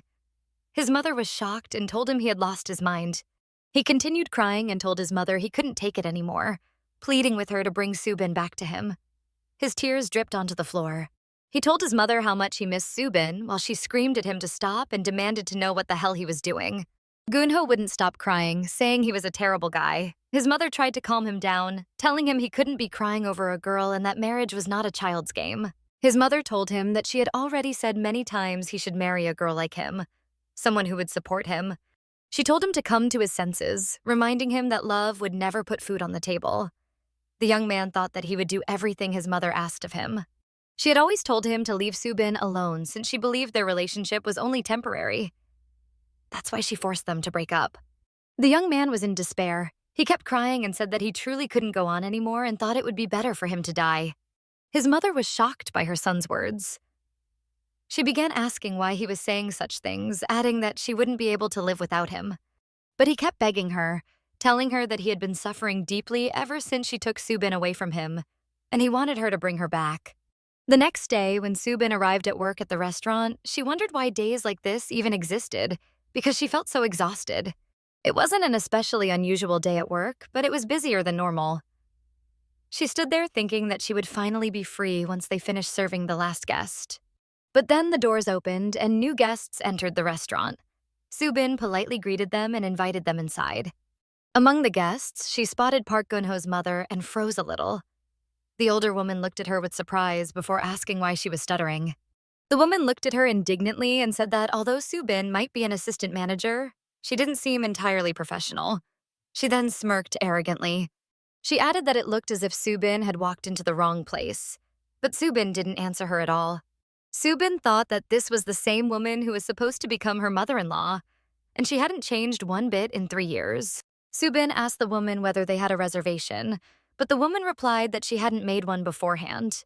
Subin apologized and explained that the hall was currently full, so it would be difficult to find them a private room. The woman was furious that there wasn't one available. Subin then suggested they could order food only for takeout, and if they didn't mind, she could escort them. But the woman only glared at her angrily. The woman raised her voice at Subin, demanding how she dared to respond like that. The girl answered calmly that she was simply following the rules, but sincerely apologized if she had offended her. Another woman standing next to Yeonjung, who was Gunho's mother, told her not to get upset and suggested they just go inside. At that moment, a young man approached, apologized, and asked if there was any way he could help. The woman asked if he was the executive director there, and he confirmed that he was. Then she demanded to know what the hell they were teaching their employees. The man explained that Subin hadn't been able to respond properly to the guests, which was why she said it would be hard to find a free room. He then apologized again. The director offered to personally escort the guests, but the woman then asked if she didn't deserve a proper apology directly from Subin. Subin walked up to her and politely apologized, thinking it would be better to quickly apologize in a situation like this. Then she looked at this woman and thought that since she already knew Subin worked there, what kind of service had she been expecting? The woman hated Subin deeply. Subin thought that she and Gunho had broken up a long time ago, so what could have possibly brought her here now? A little later, the director called for Subin. When she came over, he explained that the client insisted only she serve them and asked if she would be okay with that. Subin told him not to worry, that everything would be fine. She thought she needed to finish this unpleasant task quickly. Knocking politely, she opened the door to the room where the guests were waiting. Entering, Subin apologized and announced that she had brought their order: crab meat soup. Gunho's mother looked at her strangely, then asked how her father was doing. Subin answered that he was much better now. The woman said, "Thank God," and then asked about her mother. The woman suspiciously asked if her mother was still selling tteokbokki near the school. It sounded almost like she was mocking her. Subin didn't reply. The woman pressed further, asking why she wasn't answering. Was it because the question embarrassed her? The girl was about to respond, but then Gunho's mother's friend interrupted and asked if she knew this girl. The woman answered that Subin had chased after Gunho for a while. The woman added that she never understood how a girl carrying trays in a restaurant could have even known about Jeju Island. Outraged, she declared that such a girl had no right to bother her son and looked sternly at Subin. Subin lowered her head slightly, then told them to enjoy their meal and left the room. As she stepped out, she heard the woman remark that she had worked hard, and Subin thanked her. After dinner, when the guests were about to leave, the director asked if they had been satisfied with the service. Yeonjung answered that she supposed they had. Then the woman turned back, looked at Subin, said she had almost forgotten, and handed her a tip. She told Subin that she must have been tired after standing all day and that her legs probably hurt, so she should take a taxi. The woman then asked if perhaps Subin didn't want to accept tips from a guest like her. Subin stayed silent. The woman continued, saying that even if the girl felt she didn't deserve it, she actually did, and should accept it. Later, Subin asked the director if he could make sure she wouldn't have to serve them again, but he replied that the woman had only been trying to get under her skin and she shouldn't let guests like that hurt her self-esteem. Subin assured him that she was fine and told him not to worry. She believed that serving a woman like that only made her self-esteem stronger. Otherwise, she would have been crushed a long time ago. After a hard day's work, Subin was finally ready to go home. She walked through the restaurant's large, beautiful lobby. She was certain she wouldn't run into anyone else that day. But in the lobby sat Yeonjung, sipping coffee. The woman called her over and gave her a sharp look. She asked if Subin could spare a few minutes. Subin agreed to sit with her at the table and then asked what had brought Gunho's mother there, surprised that she had been waiting specifically for her. Subin listened carefully, and the first thing the woman asked was how long she planned to keep working there. The woman asked why the girl still didn't understand what she was trying to say. Subin told her to be more straightforward and asked her directly why she was there. The woman replied that now she could see what kind of person Subin was, and remarked that it must have been difficult for her to manage her image in front of people. Subin got up from her seat, thinking she would leave if the woman had nothing more to say. Yeonjung slammed her hand on the table and told her to sit down. Then she yelled that how dare Subin try to leave while someone older was speaking to her. She shouted after her that this was how her parents had taught her and that she hadn't finished speaking yet. Subin only smiled. Yeonjung scolded Subin about how Gunho had a job and asked if she didn't realize that carrying plates like that was a bad idea. She reminded her that this was a popular hotel and that it wasn't necessary for her to work on the front lines. The woman suggested that Subin quit and start working in the office instead of the restaurant. Subin was very surprised by this suggestion. She asked why she should do that, and Yeonjung simply replied, why not? Yeonjung explained that her son was a doctor, so how could she see her daughter-in-law serving food in a restaurant? She said that he was so soft-hearted that he couldn't turn away from her, and that was why she was speaking to Subin like this. Finally, Subin realized why Yeonjung had come to her. She understood that the woman loved her son so much that she couldn't refuse him anything. Subin thought it was because Gunho still complained that he couldn't forget her. Then she recalled all the memories of how he had clung to her when they were dating. She thought that people didn't change that easily. She remembered Gunho proposing marriage to her and how shocked she had been by it. At that time, it had seemed like they were happy together, so they had promised to marry. When she first met Gunho's mother, she had called her mom, which didn't sit well with Yeonjung. Yeonjung told Subin that she was not her mother and asked if she was really planning to marry Gunho.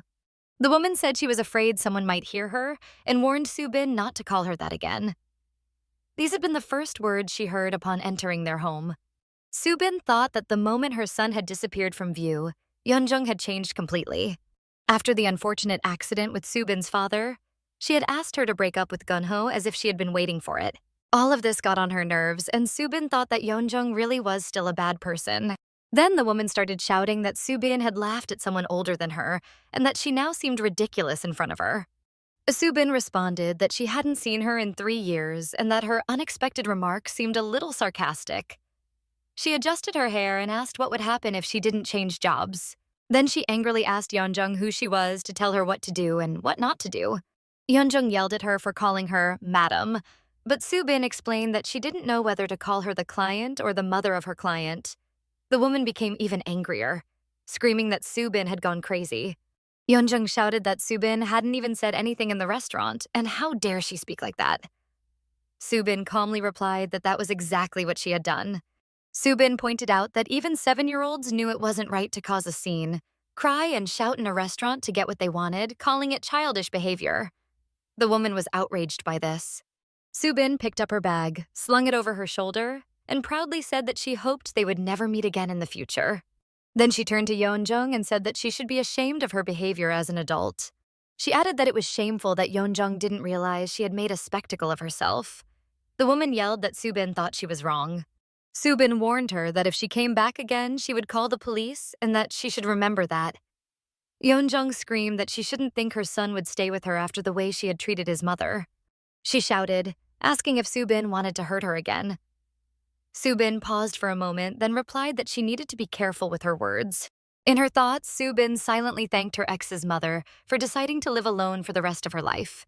She asked Yeonjung if she didn't think she should reflect on her words if she wanted to live a long and happy life with her son. Yeonjung was furious to hear such words from Subin. Then Subin's phone rang. She picked up and called the caller, Honey.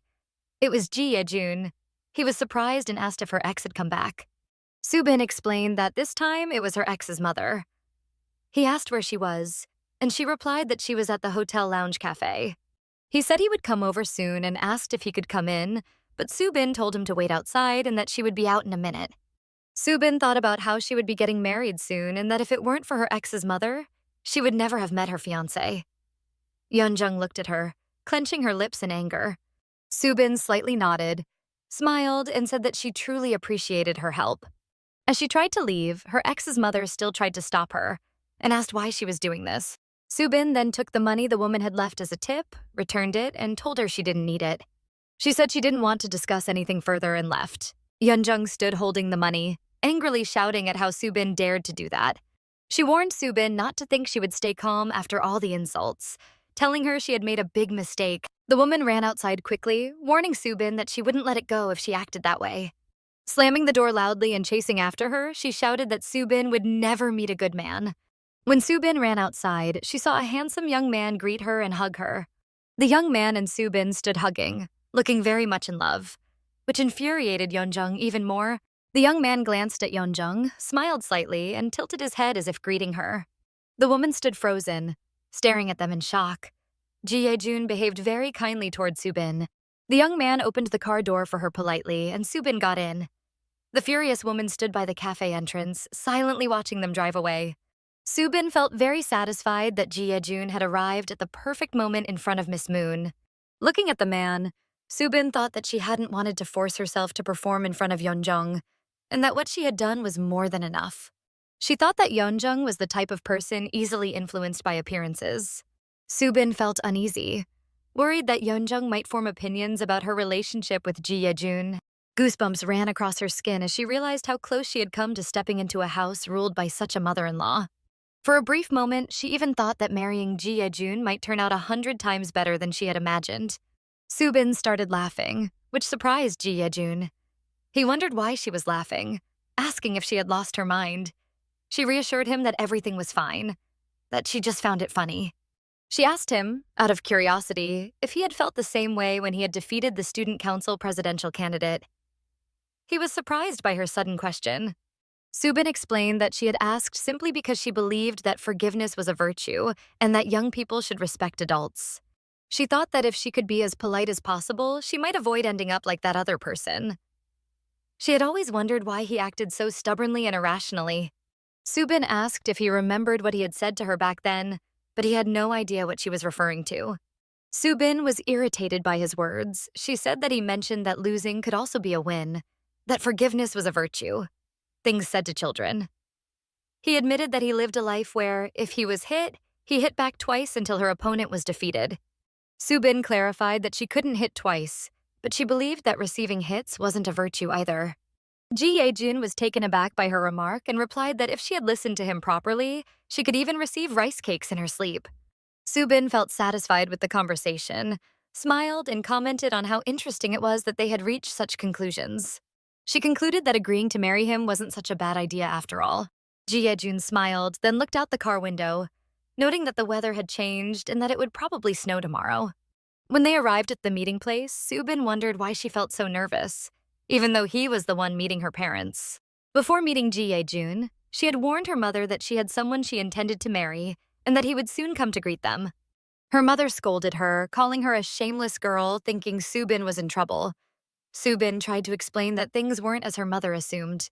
Only a few days earlier, Subin had promised to remain single, so she felt she deserved her mother's reaction. She hadn't even had the chance to tell her mother that her fiancé was Ji Ye-jun.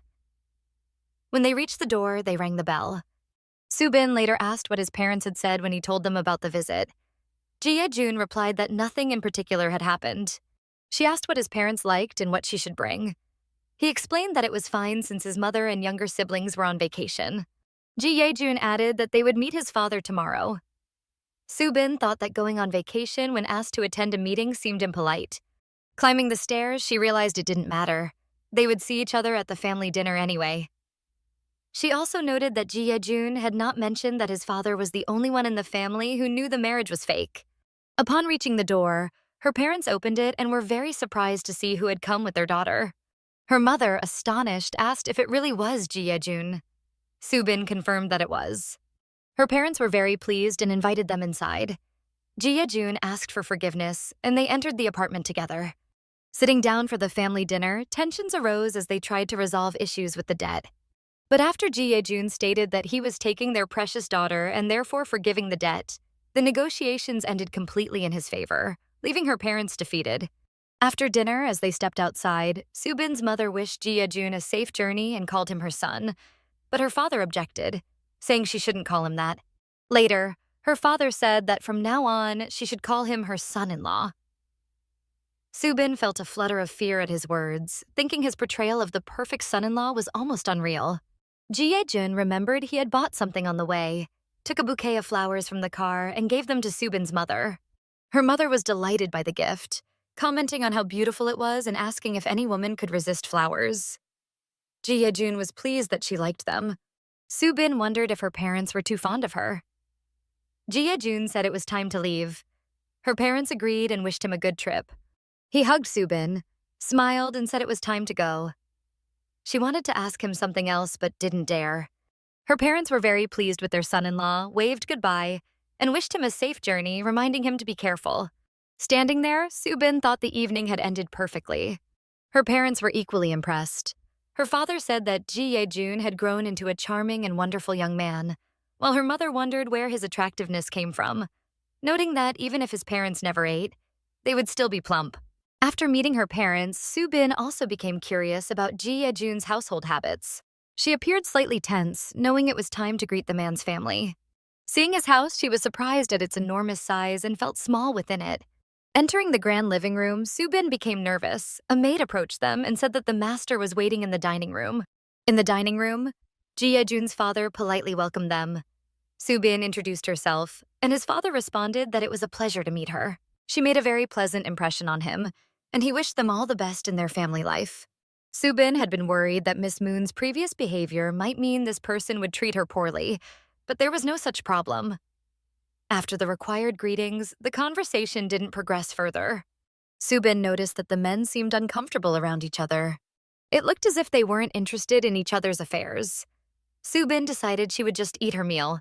Later, she handed a gift to Ji Jun's father, explaining that it was small but prepared by her parents. He thanked her. It was time to leave.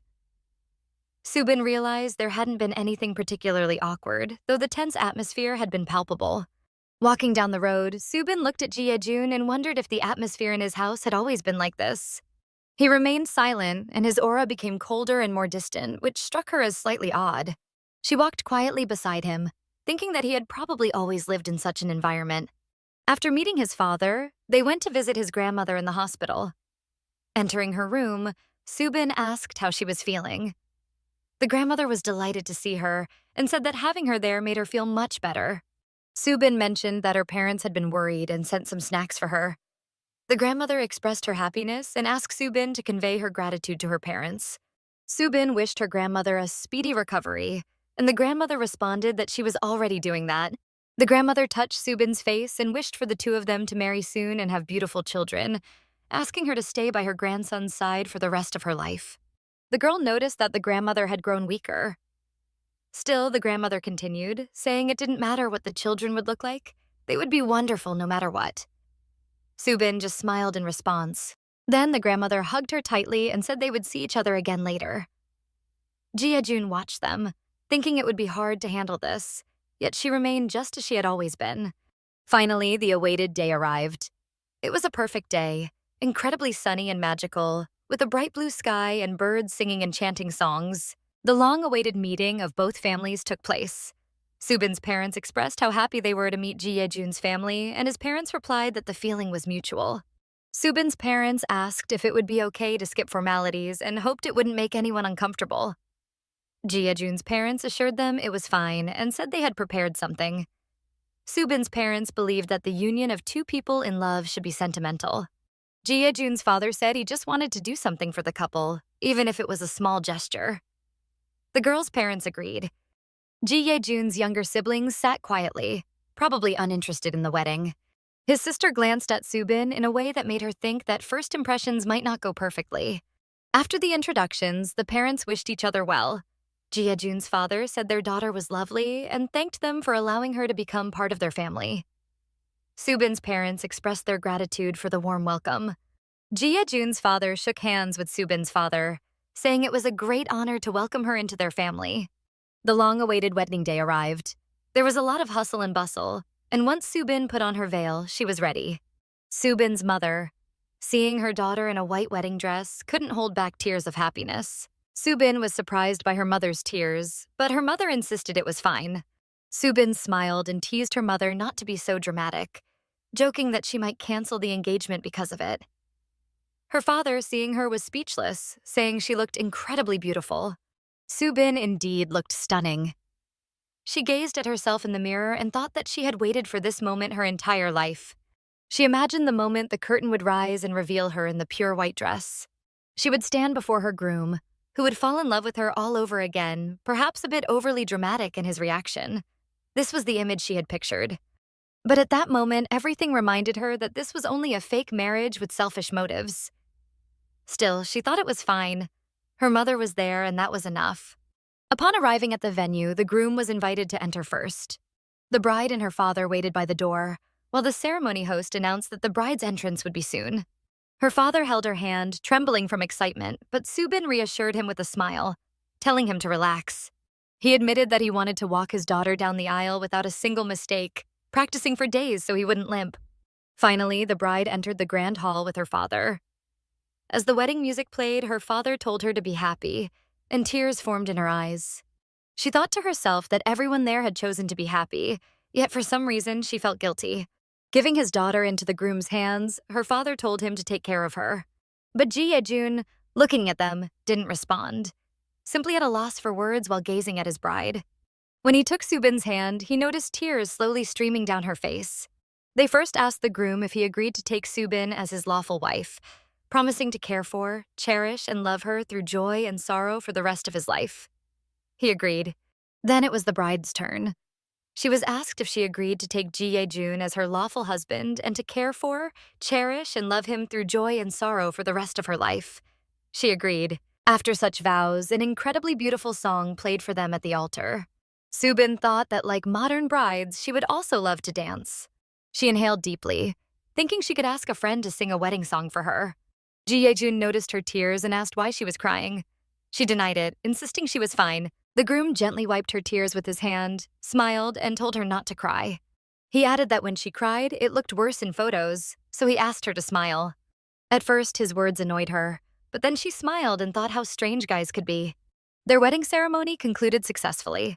The bride and groom looked absolutely perfect. After the ceremony, the newlyweds prepared for their honeymoon. Sitting on the plane, Subin reminded Ji Ye-jun to keep his promise. She asked him about his vow that he would be the best son-in-law while they were married. Ji Ye-jun reassured her that he had kept his promise.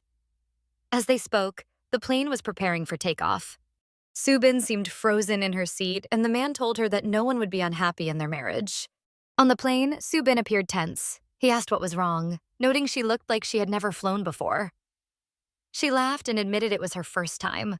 Once the plane took off, she thought she should have flown earlier if she had the chance. At first, she was slightly scared, but looking out the window, she was amazed by what she saw. She stared in awe, mouth open, captivated by the incredible night view. Subin looked at Ji Ye-jun, and he handed her a can of drink, suggesting that she just drink it quietly without making a fuss. She gladly agreed to drink it with him, feeling very tired and in need of calming down a little. She thought to herself that this was an unplanned honeymoon, but it was still a trip. As they flew, Subin felt incredibly happy because nothing like this had ever happened to her before. She couldn't wait for the plane to land. The flight took a long time, and Subin grew tired and began to drift off to sleep. She slowly rested her head on the man's shoulder and fell asleep. Ji Ye-jun didn't like it at all and felt very irritated. He lightly nudged her with his hand, and she leaned to the other side. He thought to himself how heavy she was. He looked at her and then touched her shoulder, trying to wake her, but she was fast asleep. The plane continued its journey. Finally, morning came. Subin woke up and, stepping off the plane, saw breathtaking scenery. Palm trees, a blue sky, and the bright, blazing sun. Subin was overjoyed and nearly breathless at the sight, as this was her first vacation of this kind. In front of her was the stunning Waikiki beach, scorching sun, white sand, and unbelievably blue water. She stood at a luxurious hotel, feeling incredibly happy to be on her honeymoon in Hawaii.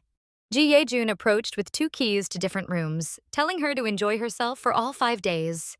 They went to their respective rooms, agreeing not to run into each other for the next 5 days.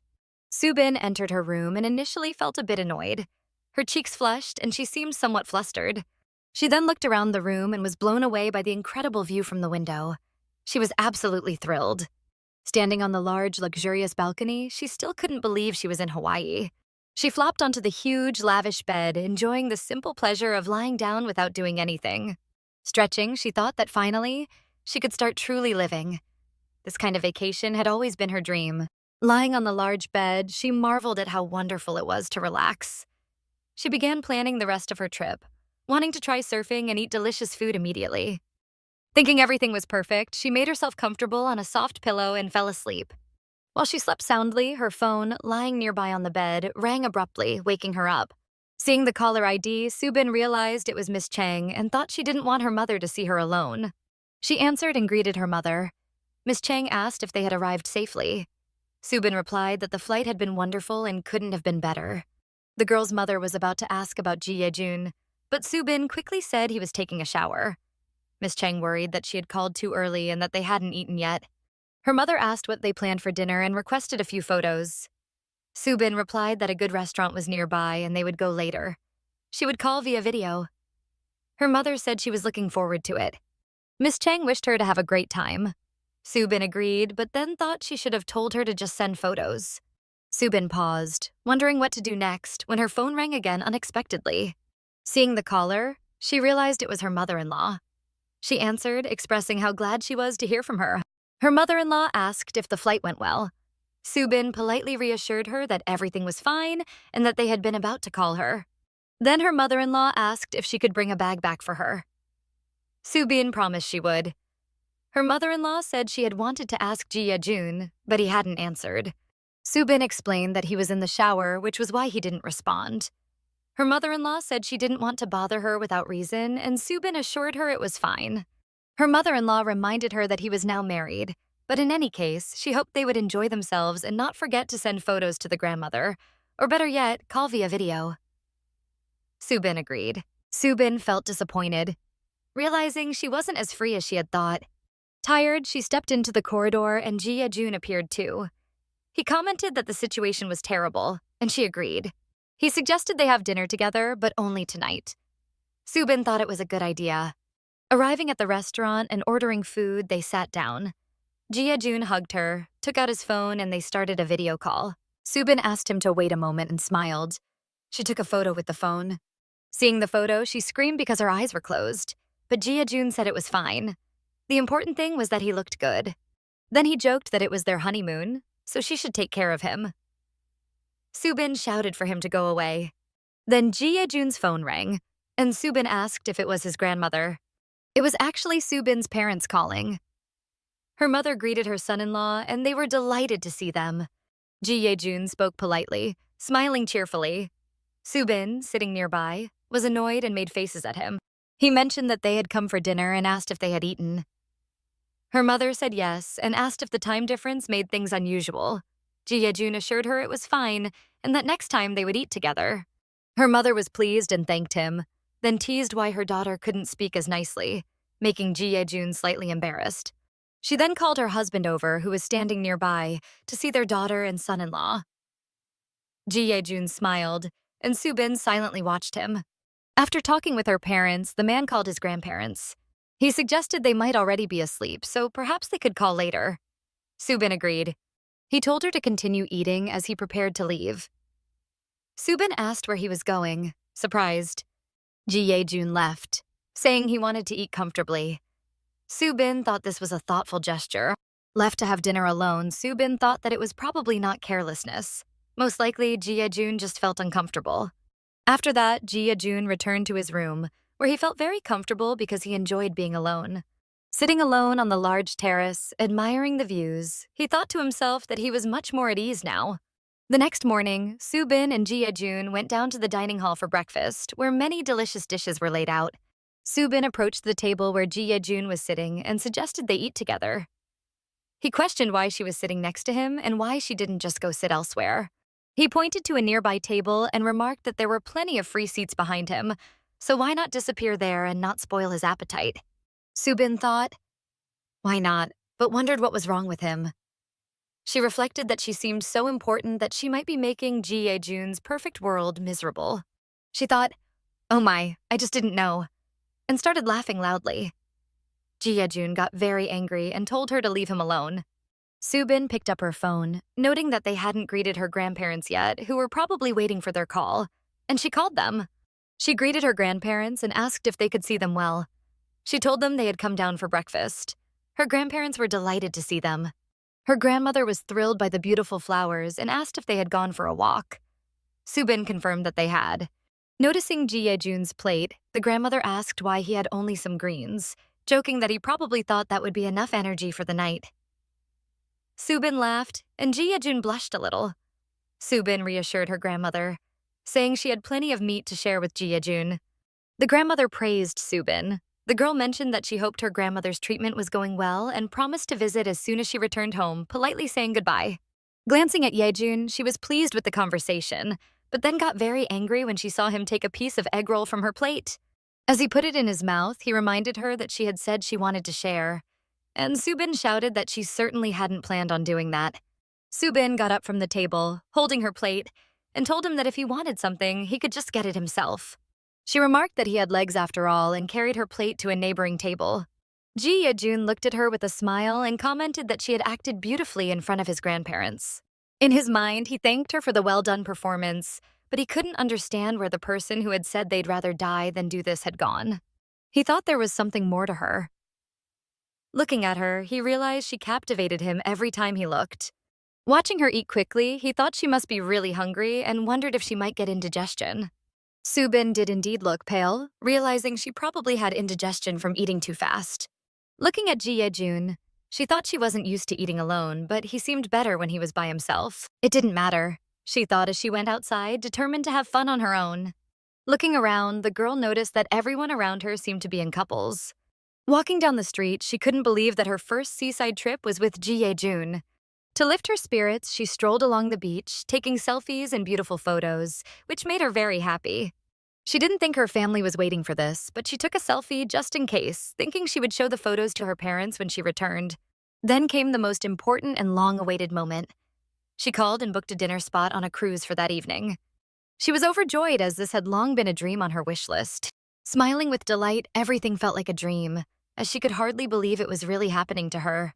She thought it was very fun, and following her guide's advice, she planned to go snorkeling the next day. Looking at the beauty around her, she thought her parents would really enjoy it if they came here too. She felt a little sad realizing she was the only one enjoying all this beauty. On her way back to the hotel, the girl stopped by a shop, thinking about what to drink and how to entertain herself alone. She looked very satisfied and happy to be on the cruise, and Ji Yejun noticed her in the shop as well. He asked if she was alone on the cruise, and she replied, thinking that they had seen each other at breakfast, but it felt like she hadn't seen him in a long time. She told him it was difficult being surrounded by all those couples. He agreed and questioned why she even went to such places. She asked him why she was in Hawaii if she couldn't go wherever she wanted. Then he asked if she planned to go out alone the next day. She said of course, wondering why not. Ji Yejun asked where she would go next, and she said to Bay, but then thought about why she was answering him so obediently. Exiting the shop, she waved and said she was leaving. Ji Yejun looked at her strangely and said nothing. Opening a can of drink and taking a sip, the girl thought it was amazing. The perfect way to end the day. She wished she could live here for at least a month, but at 20, she felt she couldn't dream of such a life. The next morning, she woke up thinking how wonderful everything was, with another incredible day full of adventures ahead. Walking by the sea, Subin asked strangers to take pictures of her with the ocean as the background. The photos turned out amazing. Then someone offered to take another photo, and she agreed. A minute later, the wind blew her hat off. She looked around and saw her hat being carried toward the sea, panicking, until she noticed a hand trying to grab it. To her surprise, Ji Yejun was there, struggling to catch her hat. She asked in astonishment why he was there, but he silently held the hat, looking at her. Thanks for watching. If you enjoyed this review, don't forget to like, subscribe, and hit the notification bell so you never miss a new video. Let me know in the comments what you thought of this story and what manhwa you'd like to see next. See you in the next installment.